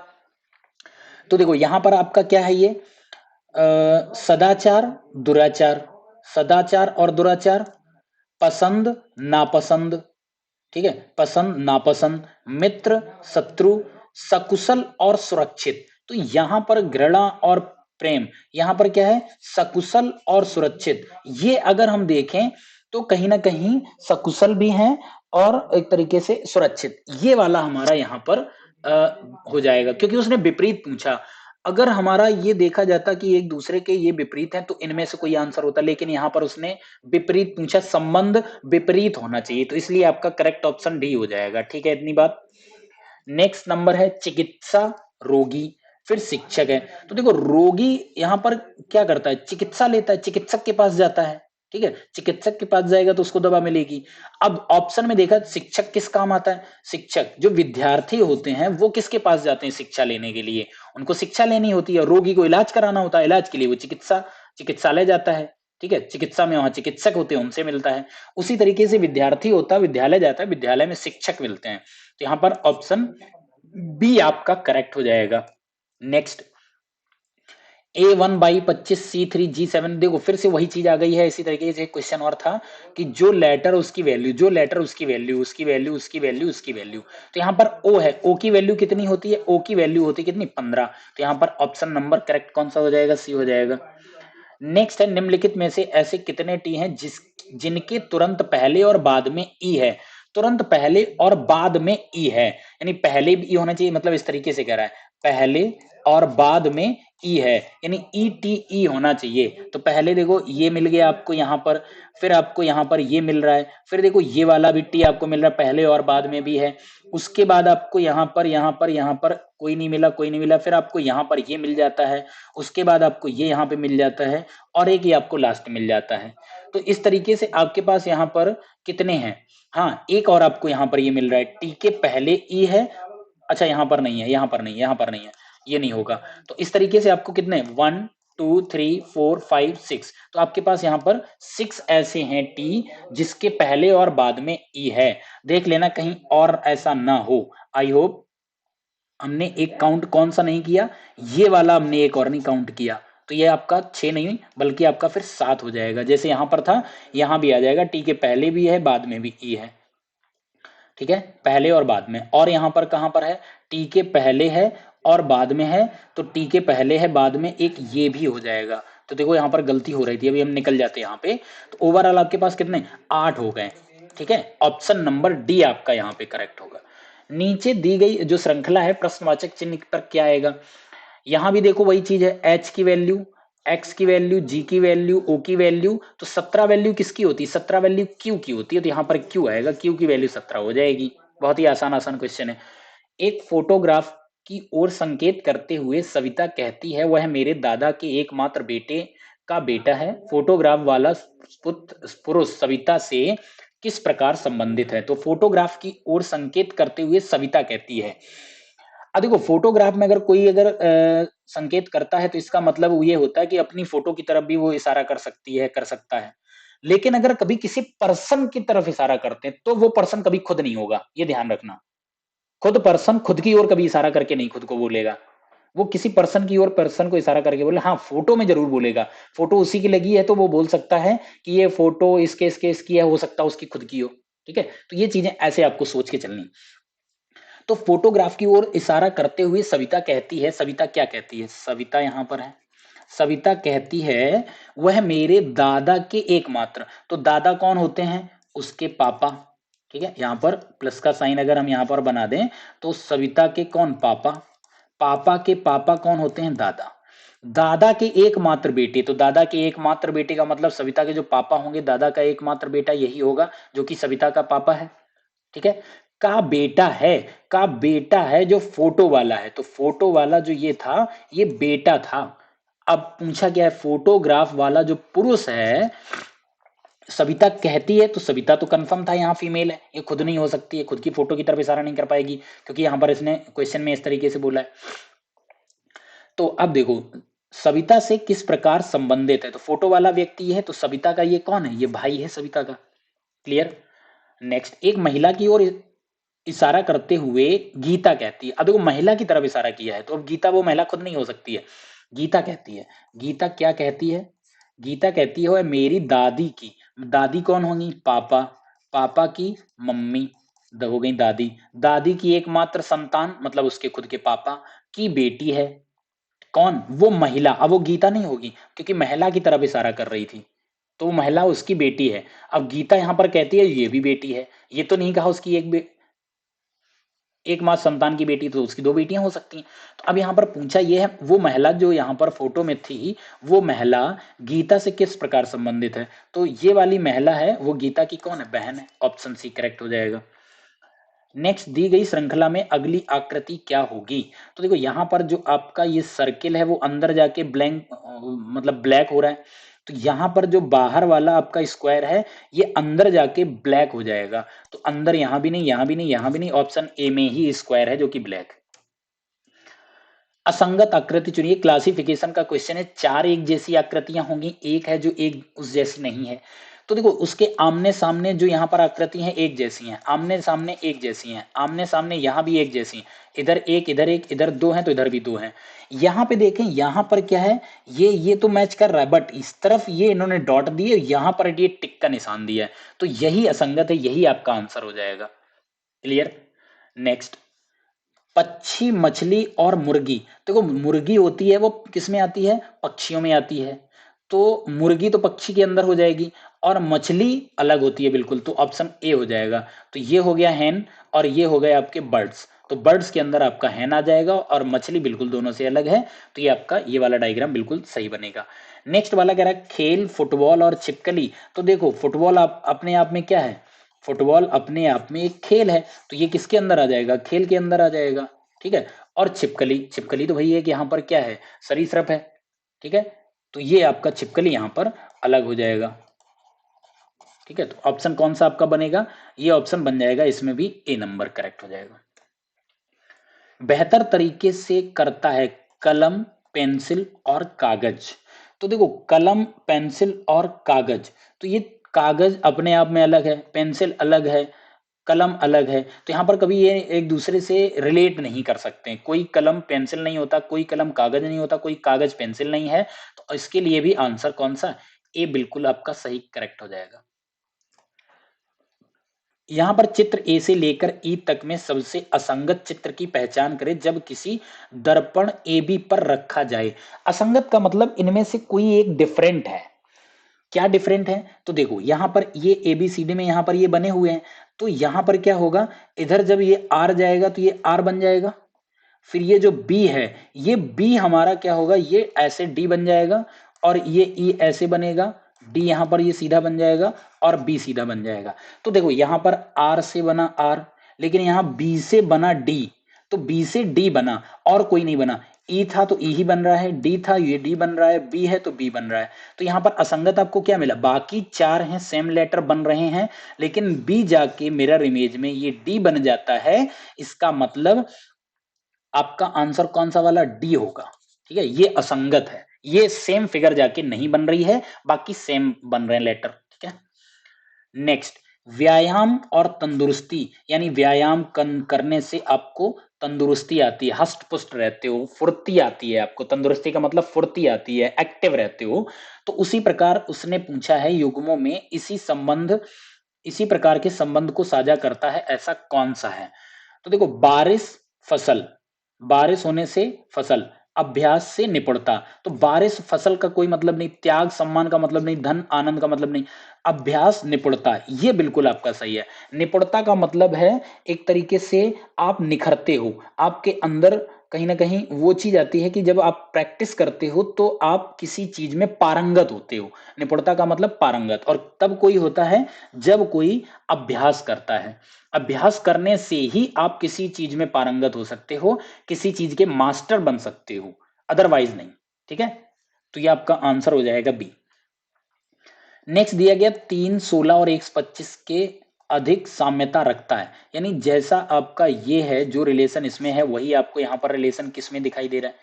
तो यहाँ पर आपको ये क्या दिखाई दे रहा है, हम आपको यहाँ पर पता नहीं, पता चला या नहीं पता चला, अब मैं तो एक बार सॉल्व भी कर चुका हूँ। ठीक है, तो यहाँ पर देखो 3, 16, 125 है, तो इसमें क्या रिलेशन है। यहाँ पर ये दिया गया 3 की पावर 1, 4 की पावर 2 और 5 की पावर 3, यानी आपको जो लगातार नंबर है उनकी पावर 1, 2, 3 करनी है। तो अगर यहां पर हम देखें तो 2 की पावर 1 फिर 3 की पावर 2 होना 9 होना चाहिए, ऑप्शन ही नहीं हो सकता उसके तरीके। यहां पर आ जाओ, अगर 5 की पावर 1, 6 की पावर 2 36, 7 की पावर 3 343, ये बिल्कुल सही है। तीसरे वाले में देखोगे 6 की पावर 1 6, 7 की पावर 2 49, बिल्कुल गलत है, ये भी नहीं होगा। 7 की पावर 1 7, फिर 8 की पावर 2, आपका ये आ जाता है कितना, 64, बिल्कुल सही है। तो फिर है 9 की पावर 3, तो 9 की पावर 3 729 होना चाहिए, 256 है, ये भी गलत। यानी करेक्ट ऑप्शन आपका कौन सा बनेगा, बी वाला बिल्कुल सही है। क्लियर है बात। नेक्स्ट, दिए गए चार युग्मों में सबसे अलग युग्म को पहचानिए। कर्मचारी कंपनी, कर्मचारी टीम, खिलाड़ी, समुद्र, जहाज, वन, वृक्ष। देखो, कंपनी में कर्मचारी होते हैं, टीम में खिलाड़ी होते हैं, वन में वृक्ष होते हैं, समुद्र में क्या होता है, समुद्र में आपके समुद्री कीड़े मकोड़े ये सब कुछ रहते हैं, जहाज रहते नहीं हैं। जहाज समुद्र में कभी कभी जाता है, लेकिन टीम एक टीम है तो उसमें खिलाड़ी हमेशा रहते हैं, कर्मचारी किसी कंपनी में हमेशा रहते हैं, और कोई वन है, बाग है, वृक्ष हमेशा रहते हैं, लेकिन समुद्र में जहाज हमेशा नहीं रहते हैं। क्लियर हो रही होगी बात, तो यही आपका डिफरेंट है, अलग है। नेक्स्ट यहाँ पे दिया गया है, दिए गए चित्र के प्रतिबिंब का उत्तर विकल्प चित्र में। तो मान लो प्रतिबिंब, प्रतिबिंब मतलब यहाँ पर आपको मिरर इमेज पूछ रहा है, तो यहाँ पर एरो किस तरीके से है, तो ये चीज इस तरीके से यहाँ पर बनेगी, और ये आपका यहाँ पर ऐसे बन जाएगा। तो ये किस में दिख रहा है, इसमें नहीं है, इसमें नहीं है, इसमें भी नहीं है। आंसर आंसर कौन सा वाला बनेगा, आंसर आपका ये वाला बन जाएगा। ठीक है, क्योंकि हमारा ये नीचे से एरो जा रहा है तो ये नीचे से ही जाएगा। हालांकि आपको यहाँ दिख रहा होगा कि इसमें भी था इसमें था, तो ये चीज ध्यान से देख लेना कि हमारा कहाँ से जा रहा है। नीचे वाला ब्लैंक है तो नीचे वाला यहाँ ब्लैंक ही रहेगा, क्योंकि यहाँ पर नीचे नीचे वाला रहता है और चेंज नहीं होता। ठीक है, ऑप्शन यहाँ पर हमारा कौन सा, सी करेक्ट हो जाएगा। नेक्स्ट है, निम्न समूह में से अलग कौन है, मीटर, मील, फरलांग, एकड़ और यार्ड। तो देखो, यार्ड हो गया, फरलांग हो गया, मील हो गया, मीटर हो गया, ये सारे के सारे जो एक डिस्टेंस होती है उसको मापने की इकाई है। लेकिन जो एकड़ है, एकड़ एकड़ कब यूज होता है, जब जमीन की बात आती है। तो एकड़ होता है ये, यानी कि क्षेत्रफल, क्षेत्रफल निकालने की जो इकाई है वो एकड़ है, और लंबाई को निकालने की जो है वो यार्ड, फरलांग, फरलांग का मतलब होता है मील का 1/8वां भाग होता है, और मील आई होप अप्रोक्स होता है 1850। एक मील बराबर होता है 1850 मीटर के, तो इसका 1/8 होता है जो फरलांग कहलाता है, 1/8वां भाग होता है फरलांग। ठीक है, तो ये यहाँ पर चीजें, तो आपको यहाँ पर पूछा तो एकड़ आपका यहाँ पर डिफरेंट हो जाएगा, क्योंकि एकड़ ये क्षेत्रफल की इकाई है, बाकी सारी की सारी लंबाई मापने की इकाई है। अगला देखो यहाँ पर दिया गया,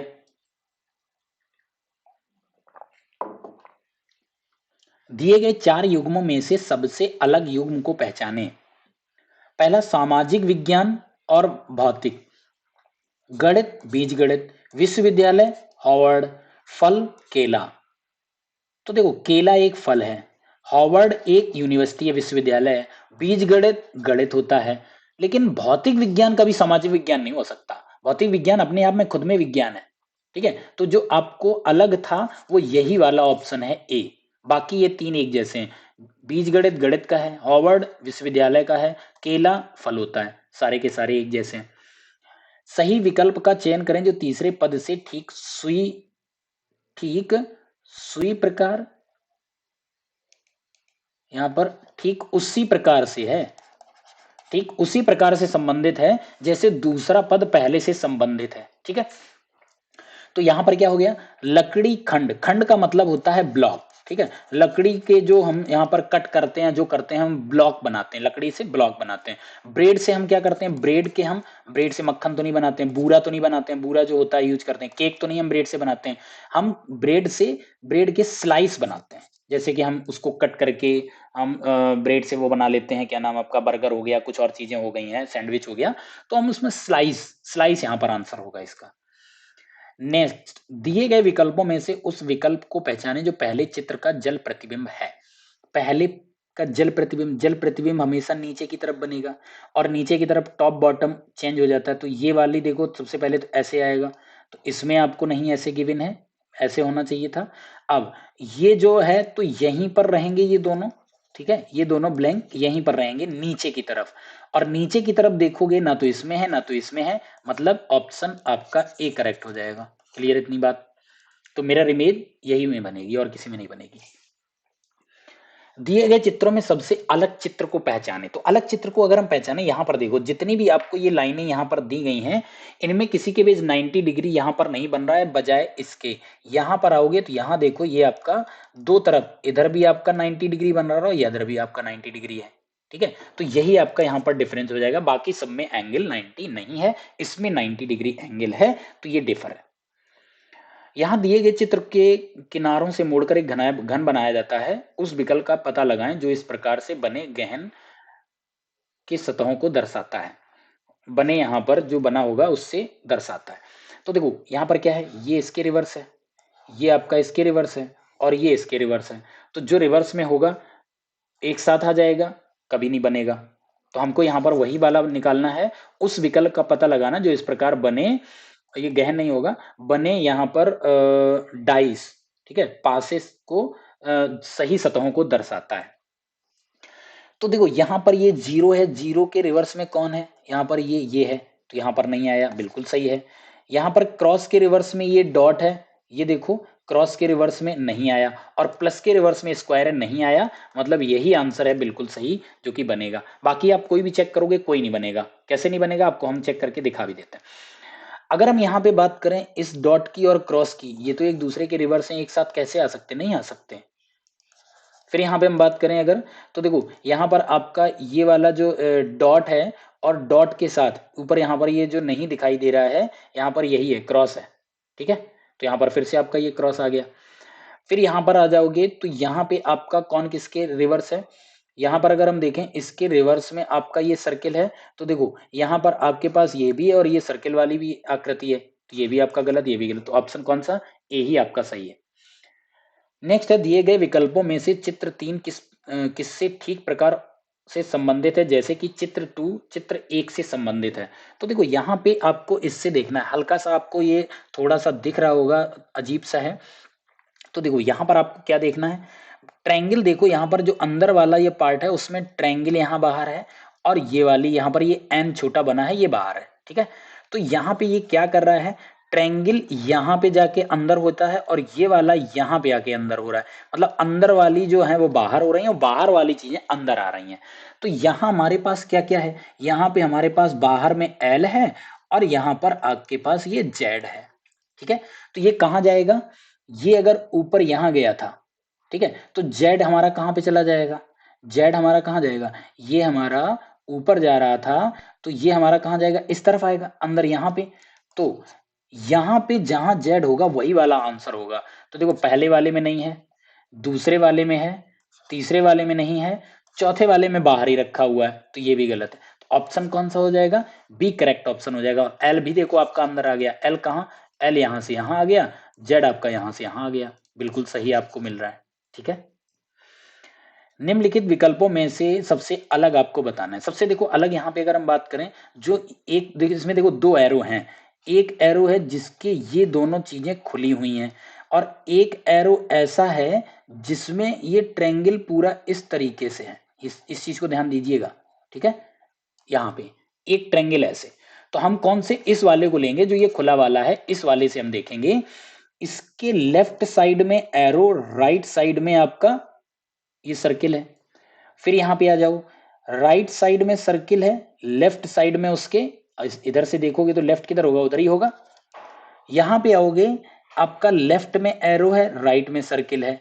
यहां पर लेफ्ट में सर्किल है और राइट में एरो हो गया। यहां राइट में सर्किल, राइट में सर्किल, राइट में सर्किल, राइट में एरो, डिफर हो गया। यही ये तीनों एक जैसे हैं और ये डिफर है।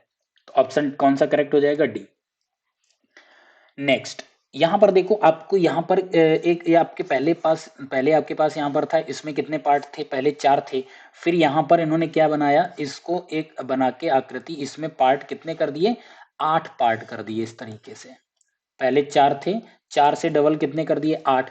और यहां पर एक पार्ट जो एक चौथाई था, एक चौथाई रंगा हुआ था, तो यहां पर टोटल 4 थे। 4 का 1/4 का मतलब एक पार्ट, 4 से 4 कैंसिल, तो यहां भी टोटल पार्ट कितने? 8। तो उसका एक चौथाई अगर हम करेंगे यहां पर, ठीक है, 8 है, 8 का एक चौथाई करेंगे, मींस आंसर कितना? 2 आएगा। तो यहां पर 2 पार्ट कलर्ड होने चाहिए। ठीक है, तो यहां पे कितना हुआ? 2 पार्ट इन्होंने कलर करे। उसी तरीके से हम इसमें देखते हैं, इसमें हमको क्या देख रहे हैं? यहाँ पर 3 पार्ट हैं। अब देखो 3 पार्ट में से आपका 2/3 कलर्ड है, 1/3 ब्लैंक है, 3 से 3 कैंसिल, मतलब 2 पार्ट। दूसरे वाले में 1 2 3 है, तो उसका डबल 6 बनेगा। तो आप यहाँ पर देखो ये वाला नहीं बन सकता है, और इसमें भी 6, इसमें भी 6, इसमें 6। अब हम कलर की बात कर लेते हैं। कलर कितना होगा?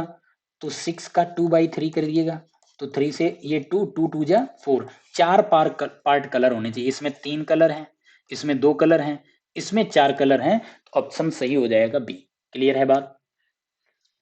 निम्नलिखित विकल्पों में से सबसे अलग विकल्प चुनिए। तो देखो यहां पर हम काउंट करेंगे डॉट। ये हमारे पास 6 5 2 और 1, 6 5 11 2 13, इसमें 14 डॉट हैं। इसकी हम बात करेंगे तो यहाँ पर है 6 4 10 3 13, यहाँ भी 14 डॉट हैं। यहाँ पर है आपके पास 5 4 9 9 3 12 12 और 1, यहाँ पर 13 डॉट हैं। यहाँ पर आएंगे 3 5 8 4 12 12 और 2 14, सब में 14 14 14 है, इसमें 13 डॉट है। ऑप्शन सी करेक्ट हो जाएगा, यही अलग है। यहाँ पर देखो ये सिलॉक्स पूछ लिया था, अगर आप 2019 की बात करोगे उसने सिलॉक बिल्कुल नहीं पूछा था। ठीक है, अब यहाँ पर इसने सिलॉक पूछ लिया है, लेकिन यहाँ पर उसने क्या नहीं पूछा? यहाँ पर डिसीजन मेकिंग के वो क्वेश्चन 3 नहीं पूछे हैं, जो कहा था कि कंडीशन कौन कौन फुलफिल करता है, फिर उसको ये दे दिया जाएगा, जज बना दिया जाएगा, कुछ और कर दिया जाएगा। तो 2019 में वो क्वेश्चन पूछे, और 2018 की बात करें तो यहाँ पर सिलॉक पूछा है, वहां पर यहाँ पर ये वाले क्वेश्चन नहीं पूछे। तो ये दोनों में बदलाव तो हो सकता है। इस बार जो 2024 में होने वाला है, सिलॉग पूछ लें, अल्टरनेट हो सकता करते हो, ऐसे हम यहाँ पर सोच के चलेंगे, लेकिन हमें दोनों चीजें बहुत अच्छे से पढ़ के चलनी, पता नहीं क्या पूछ लें। तो देखो ये सिलॉगिज्म आपका है, तो यहाँ पर कह रहा है कोई खिड़की मछली नहीं है, तो कोई भी क्या नहीं है? कोई भी खिड़की मछली नहीं है, क्रॉस कर दो। इस तरीके से हम बना देंगे, यहाँ पर कोई खिड़की मछली नहीं है, सभी मछली इंसान है, सारी की सारी मछलियां क्या है? इंसान है। ठीक है, अब पहला इसने दिया कोई भी खिड़की इंसान नहीं है, कह रहा है कोई भी खिड़की इंसान नहीं है। देखो हो सकती हैं, हम खिड़कियों को यहां पर रख दें और यहां से हम मछली में क्रॉस करा देंगे कि कोई खिड़की मछली नहीं, मेरा प्रूफ हो जाएगा, स्टेटमेंट मेरा कहीं से गलत नहीं हो रहा है। तो ये क्या है? ये हम पूरी तरीके से नहीं कह सकते कि नहीं है। आप ये वाला डायग्राम देखोगे तो इंसान मछली नहीं है, लेकिन अगर कोई बच्चा है, ये वाला अगर यहाँ पर खिड़की रख के अगर ये वाला डायग्राम बनाता है, तो ये भी तो गलत नहीं है। क्या बोला था उसने? कोई मछली, कोई खिड़की मछली नहीं है, सभी मछली इंसान है, यहाँ से भी प्रूफ हो रहा है। आई होप ये बात क्लियर हो रही होगी। तो हमारा यहाँ पर क्या होगा? पहला वाला है वो गलत हो जाएगा। दूसरा, कोई भी इंसान खिड़की नहीं है, कोई भी इंसान, अभी अभी आपको दिखाया था, अगर हम खिड़की यहां रख सकते हैं, तो देखो कुछ इंसान भी तो खिड़की हो जाएंगे। जैसे कुछ खिड़की इंसान हो रहे हैं तो कुछ खिड़की भी इंसान होंगे, सीधी सी बात है। अगर यहाँ पर हम बात करें कुछ ए बी हैं, कुछ ए बी हैं, अगर कुछ ए बी होते हैं तो कुछ बी भी तो ए के पास हैं। कुछ ए को बी लेने आया था तो अपने आप को भी तो यहाँ पर कुछ दे के गया, तो एक दूसरे से वो होते ही होते हैं। तो दूसरा वाला भी यहाँ पर नेगेटिव, ये गलत हो जाएगा। कुछ इंसान मछली हैं, कुछ इंसान मछली हैं, ये बात बिल्कुल सही। इतने सारे आपके पास यहाँ पर ये देखो बाहर आउटर बाउंड्री में ये सारे के सारे इंसान हैं, उसमें से कुछ इंसान हैं वो क्या हैं, मछली हैं, ये बात बिल्कुल सही है। दूसरा सभी इंसान मछली हैं, ये गलत हो जाएगा। स्टेटमेंट में क्या बोला, सभी मछली इंसान हैं, तो सभी इंसान मछली मतलब स्टेटमेंट गलत हो जाएगा, तो ये वाला भी गलत है। तो ओनली कौन सा, थर्ड वाला ही आपका मेल खाता है, थर्ड वाला ही करेक्ट है। नेक्स्ट, कुछ चौक डस्टर हैं, कुछ चौक क्या है, डस्टर हैं, ठीक है। कुछ चौक डस्टर हैं, सभी डस्टर बोर्ड हैं, सारे के सारे डस्टर क्या हैं, बोर्ड हैं यहां पर। अब देखो यहां पर सारे डस्टर ये बोर्ड हैं, अरे भाई, कुछ चौक डस्टर हैं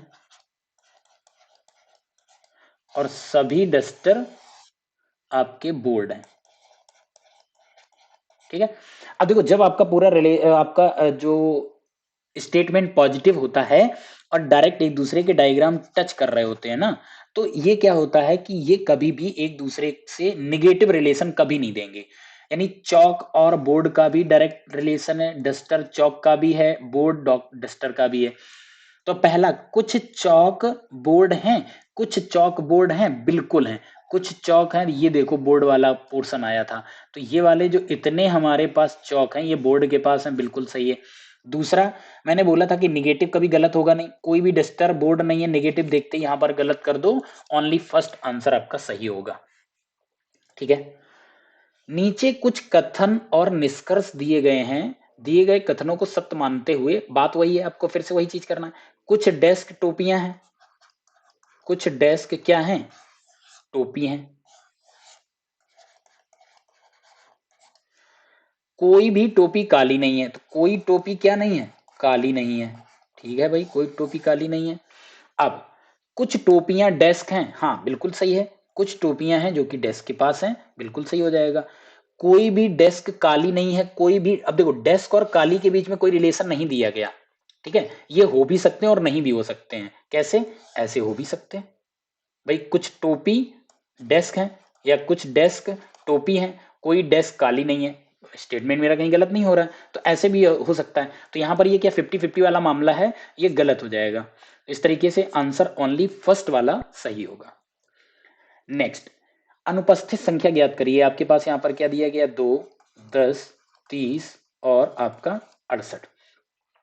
तो यहां पर देखो क्या हो रहा है, 2 से 10 मतलब +8 हुआ, यहां पर कितना ऐड हो गया, 20 ऐड हो गया, 20 से 68 ऐड हुआ, तो यहां पर ये कितना 38 ऐड हुआ। ये कहां से आया, अब ये हमको समझ ही नहीं आया, 8 20 38 कैसे हुआ। तो वो हमको अब इनके डिफरेंस के डिफरेंस से मिलेगा। 8 में 12 ऐड किया, ठीक है, और 20 20 20 यहां पर हुआ, फिर 12 12 18 20। अब 20 में यहां पर 12 के बाद क्या आएगा, यहां पर 18 जोड़ा था, तो 12 में 6 जोड़ेंगे तो हमारे पास 18 आएगा, तो 20 में 18 जोड़ा 38। तो देखो ये वाली चीज हमको यहां पर आगे हमको मिलेगा, तो 18 12 18 18 में कितना आएगा, 24। तो अब यहां पर 20 में 18 जोड़ा तो 38 आया, 38 में 24 जोड़ोगे तो यहां पर कितना आ जाएगा, 38 में अगर हम 24 जोड़ेंगे तो ये मेरे पास बनेगा आपका 62, ठीक है। 8 4 12, 3 2 5 और 1 6। अब ये नंबर हम ऐड कर देंगे किसमें, 62 68 में। तो 62 68 में ऐड करेंगे तो 8 और 2 10 बन जाएगा, 6 और 6 12 और 1 हासिल का 13, 130 बनेगा, जो कि ऑप्शन नंबर आपका थर्ड हो जाए। क्लियर इतनी बात। तो क्या था, डिफरेंस का डिफरेंस था, यानी डबल डिफरेंस पर ये सीरीज चल रही थी। नेक्स्ट 4 17, यहां पर पहले 4 आया, 17, उसके बाद 34, 53, 76, आगे क्या आएगा। तो देखो यहां पर हमको मिला सबसे पहले 13, फिर यहाँ मिला कितना 17, फिर यहाँ पे मिला कितना, अगर हम यहाँ पे माइनस करें तो 4 9 9 19 आया, और यहाँ पर 3 ऐड हुआ है तो यहाँ पर ये 23 ऐड हो गया। ठीक है, अब आगे कितना ऐड होगा, तो देखो यहाँ पर अगर आप नंबर देखो तो यहाँ पर क्या पहले मिला, 13 मिला, बीच में आपको 15 नहीं मिला, 17, फिर 19, और यहाँ पर 21 भी तो हो सकता था लेकिन 23 इन्होंने लिया। तो एक्चुअली ये 15 और 21 क्या थे, 15 और 21 ऑड नंबर थे। ठीक है, यहाँ पर ये क्या चल रहा सीरीज में, 13 के बाद से सारे इनको प्राइम नंबर लेने हैं, तो 13, 17, 19, 23। अब 23 के बाद आपका अगला प्राइम नंबर कौन होगा, 25 तो होगा नहीं, 27 तो होगा नहीं, डायरेक्ट आपको यहाँ मिलेगा कितना, 29। तो 76 में हम 29 को ऐड अगर करेंगे तो यहाँ पर क्या मिलेगा, 9 6 15, 5 आ जाएगा, 7 2 9 और 1 10, यानी 105 आएगा, जिससे कि आपका आंसर ए सही हो जाएगा। नेक्स्ट, उस विकल्प को चुने जो तीसरे पद से उसी प्रकार संबंधित है जिस प्रकार दूसरा पद पहले से है। तो यहाँ थर्मामीटर तापमान के लिए होता है, तो एमीटर जो होता है वो धारा को मापने के लिए होता है, कि धारा की स्पीड वहां पर क्या है वो उसको मापने के लिए। वोल्टमीटर ये भी नहीं, ये भी नहीं, ये भी नहीं। ठीक है, तो ये धारा के लिए हो जाता है। दी गई श्रृंखला में अगली संख्या है, तो यहाँ पर क्या है, पहले 0 है, 2 है, 6 है, उसके बाद 12 है, 20 है, 30 है, 42 है, तो आगे क्या आएगा, यहाँ पर 2 ऐड हुआ, 4 ऐड हुआ, 6 ऐड हुआ, 8 ऐड हो गया, 10 हुआ, 12 हुआ। तो देखो क्या चल रहा है, 2 4 6 8 10 12, आगे 14 ऐड हो जाएगा। तो 42 में 14 ऐड करोगे, 4 2 6 4 1 5, यानी आपका आंसर कितना आ जाएगा, 56 आ जाएगा, जो कि ऑप्शन नंबर सी बन जाएगा। क्लियर हो गई बात। उस विकल्प को चुने जो तीसरे पद से उसी प्रकार समझ, फिर से चिकित्सा रोगी, इसी तरीके से एक और क्वेश्चन आया था चिकित्सा और रोगी वाला, और यहाँ पर शिक्षक था। तो यहाँ पर देखो क्या होता है, रोगी चिकित्सालय में जाता है जहां पर चिकित्सक से मिलता है और अपनी दवा कराता है। वकील क्या करता है, न्यायाधीश बिल्कुल नहीं, न्यायाधीश वकील, न्यायालय ये भी बिल्कुल नहीं है, बैरिस्टर बैरिस्टर भी नहीं, अभियोक्ता अभियोक्ता का मतलब होता है मतलब शिकायत सुनने वाला। ठीक है, शिकायत सुनने वाला, तो मतलब जो वकील होता है वो लोगों की शिकायत सुनने वाला, जो परेशान आत्मा होते हैं, जो इन चीजों में लिप्त होते हैं, वो क्या कहाँ जाता है, वो जाता है वकालत, वकील के पास। तो वकील उसका समाधान करता है, जैसे रोगी का समाधान चिकित्सक करता है, वैसे ही किसी भी उसमें फंसे हुए लोग होते हैं दंगे में या कहीं पे कुछ किया होता है, तो वो कहाँ जाते हैं, वकील के पास जाते हैं। ठीक है, तो जो शिकायतें सुनता है वो करता है, तो ऑप्शन नंबर आपका सी सही हो जाएगा। नेक्स्ट यहाँ पर 226 और ये दिया गया है, तो देखो 226 और 15 में क्या रिलेशन है भाई, 15 का स्क्वायर होता है 225 में +1 करके 226 लिखा गया है। तो उसी तरीके से यहां पर किसी का स्क्वायर होगा और वो उस स्क्वायर में +1 किया होगा, तो आपको 65 मिला होगा। ठीक है, तो 65 हमको +1 करने पे मिला होगा, तो एक्स स्क्वायर यहाँ पर ये 1 है, अगर हम उस तरफ कर दें तो ये कितना माइनस हो जाएगा, उधर से कितना 64 आएगा, तो एक्स की वैल्यू कितनी आ जाएगी, 8 आ जाएगी। तो ऑप्शन नंबर कौन सा सही हो जाएगा, डी करेक्ट हो जाएगा। नेक्स्ट, 2 5 10 17, तो यहाँ पर 2 है, 5 10 17 26 37, क्या हमको डिफरेंस मिल रहा है, 3 5 7 9, 9 के बाद यहाँ पर कितना हो जाएगा, 11, 26 में 11 ऐड करेंगे। अब आगे हम क्या करेंगे, 11 के बाद आगे हम 13 ऐड कर देंगे, 37 में हम 13 ऐड करेंगे, आपके पास 50, ऑप्शन डी करेक्ट हो जाएगा। नेक्स्ट, बी ए एन को ये लिखा जाता है, तो पी ए को क्या लिखेंगे, तो देखो बी ए एन, बी से डी, एक एक लेटर को पकड़ो, बी से डी +2 हो रहा है, ए से भी सी +2 हो रहा है, तो पी में प्लस हम क्या करेंगे, +2, तो बन जाएगा कितना 18, आर, तो आर किस में है, आर हमारा इसमें नहीं है, इसमें नहीं है, इसमें और इसमें है, दूसरा लेटर और चेक कर लो। ए में हम देखो यहाँ पर ए से सी हो रहा है, तो यहाँ भी ए से सी ही होगा, आर सी वाला ऑप्शन होगा, ये भी गलत हो जाएगा, ऑप्शन नंबर डी करेक्ट हो जाएगा। नेक्स्ट, एक निश्चित कूट भाषा में फाइल को ये लिखा जाता है, आइडियल को ये लिखा जाता है, तो इस कूट भाषा में डीफ को क्या लिखेंगे, जब हमने बोला था 2 बार आपको लिख के देने, तीसरी बार पूछें, दैट मीन्स इन्हीं के लेटर उठा के नया एक बना दिया कीवर्ड, तो यहाँ DEAF बनाया, तो DEA और F यहाँ से ले लिया। ठीक है, तो DEAF का पूछ रहा है, तो आपको पहले वाले छोड़ दो, यानी 358, 358, 358 हमारा किसमें, इसमें नहीं है, इसमें नहीं, 2 में है। अब f की वैल्यू यहाँ पर कितनी, f का कोड 7 है, तो 7 3587, ये भी गलत, ऑप्शन नंबर सी करेक्ट हो जाएगा। नेक्स्ट है ट्रुथ को ये लिखा जाता है। तो देखो यहाँ पर ट्रुथ को, यहाँ पर क्या है, इसमें लेटर कितने 5, और यहाँ पर काउंट करोगे 3 3 6 और एक 9 और एक 10, यानी 5 लेटर हैं, 10 लेटर का कोड है, मतलब एक लेटर की 2 कोडिंग करी गई हैं। कैसे करी गई हैं, ये जो टी है इसमें टी की वैल्यू होती है 20, -1 किया तो 19 आया, और यहाँ पर +1 किया तो 21 आया। तो आप एस और यू, तो देखो टी को एस और यू ही तो यहाँ लिखा गया। उसी तरीके से हम एक और देख लेते हैं, आर है, आर में क्या करेंगे, इधर करेंगे -1, आर की वैल्यू 18 होती है, -1 करेंगे 17, और इधर हम करेंगे +1, तो 18 में +1 करेंगे ये हो जाता है 19।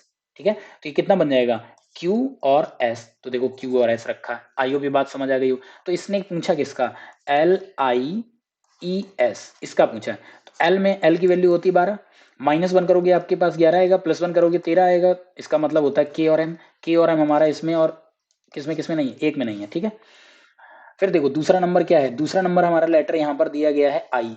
आई में हम करेंगे तो आई में -1 करेंगे तो एच आएगा, +1 करेंगे तो जे आएगा, एच और जे, KMHJ इसमें नहीं है, KMHJ इसमें भी नहीं। अब एक ही ऑप्शन बचा, बी टिक कर दो, निकल जाओ आगे।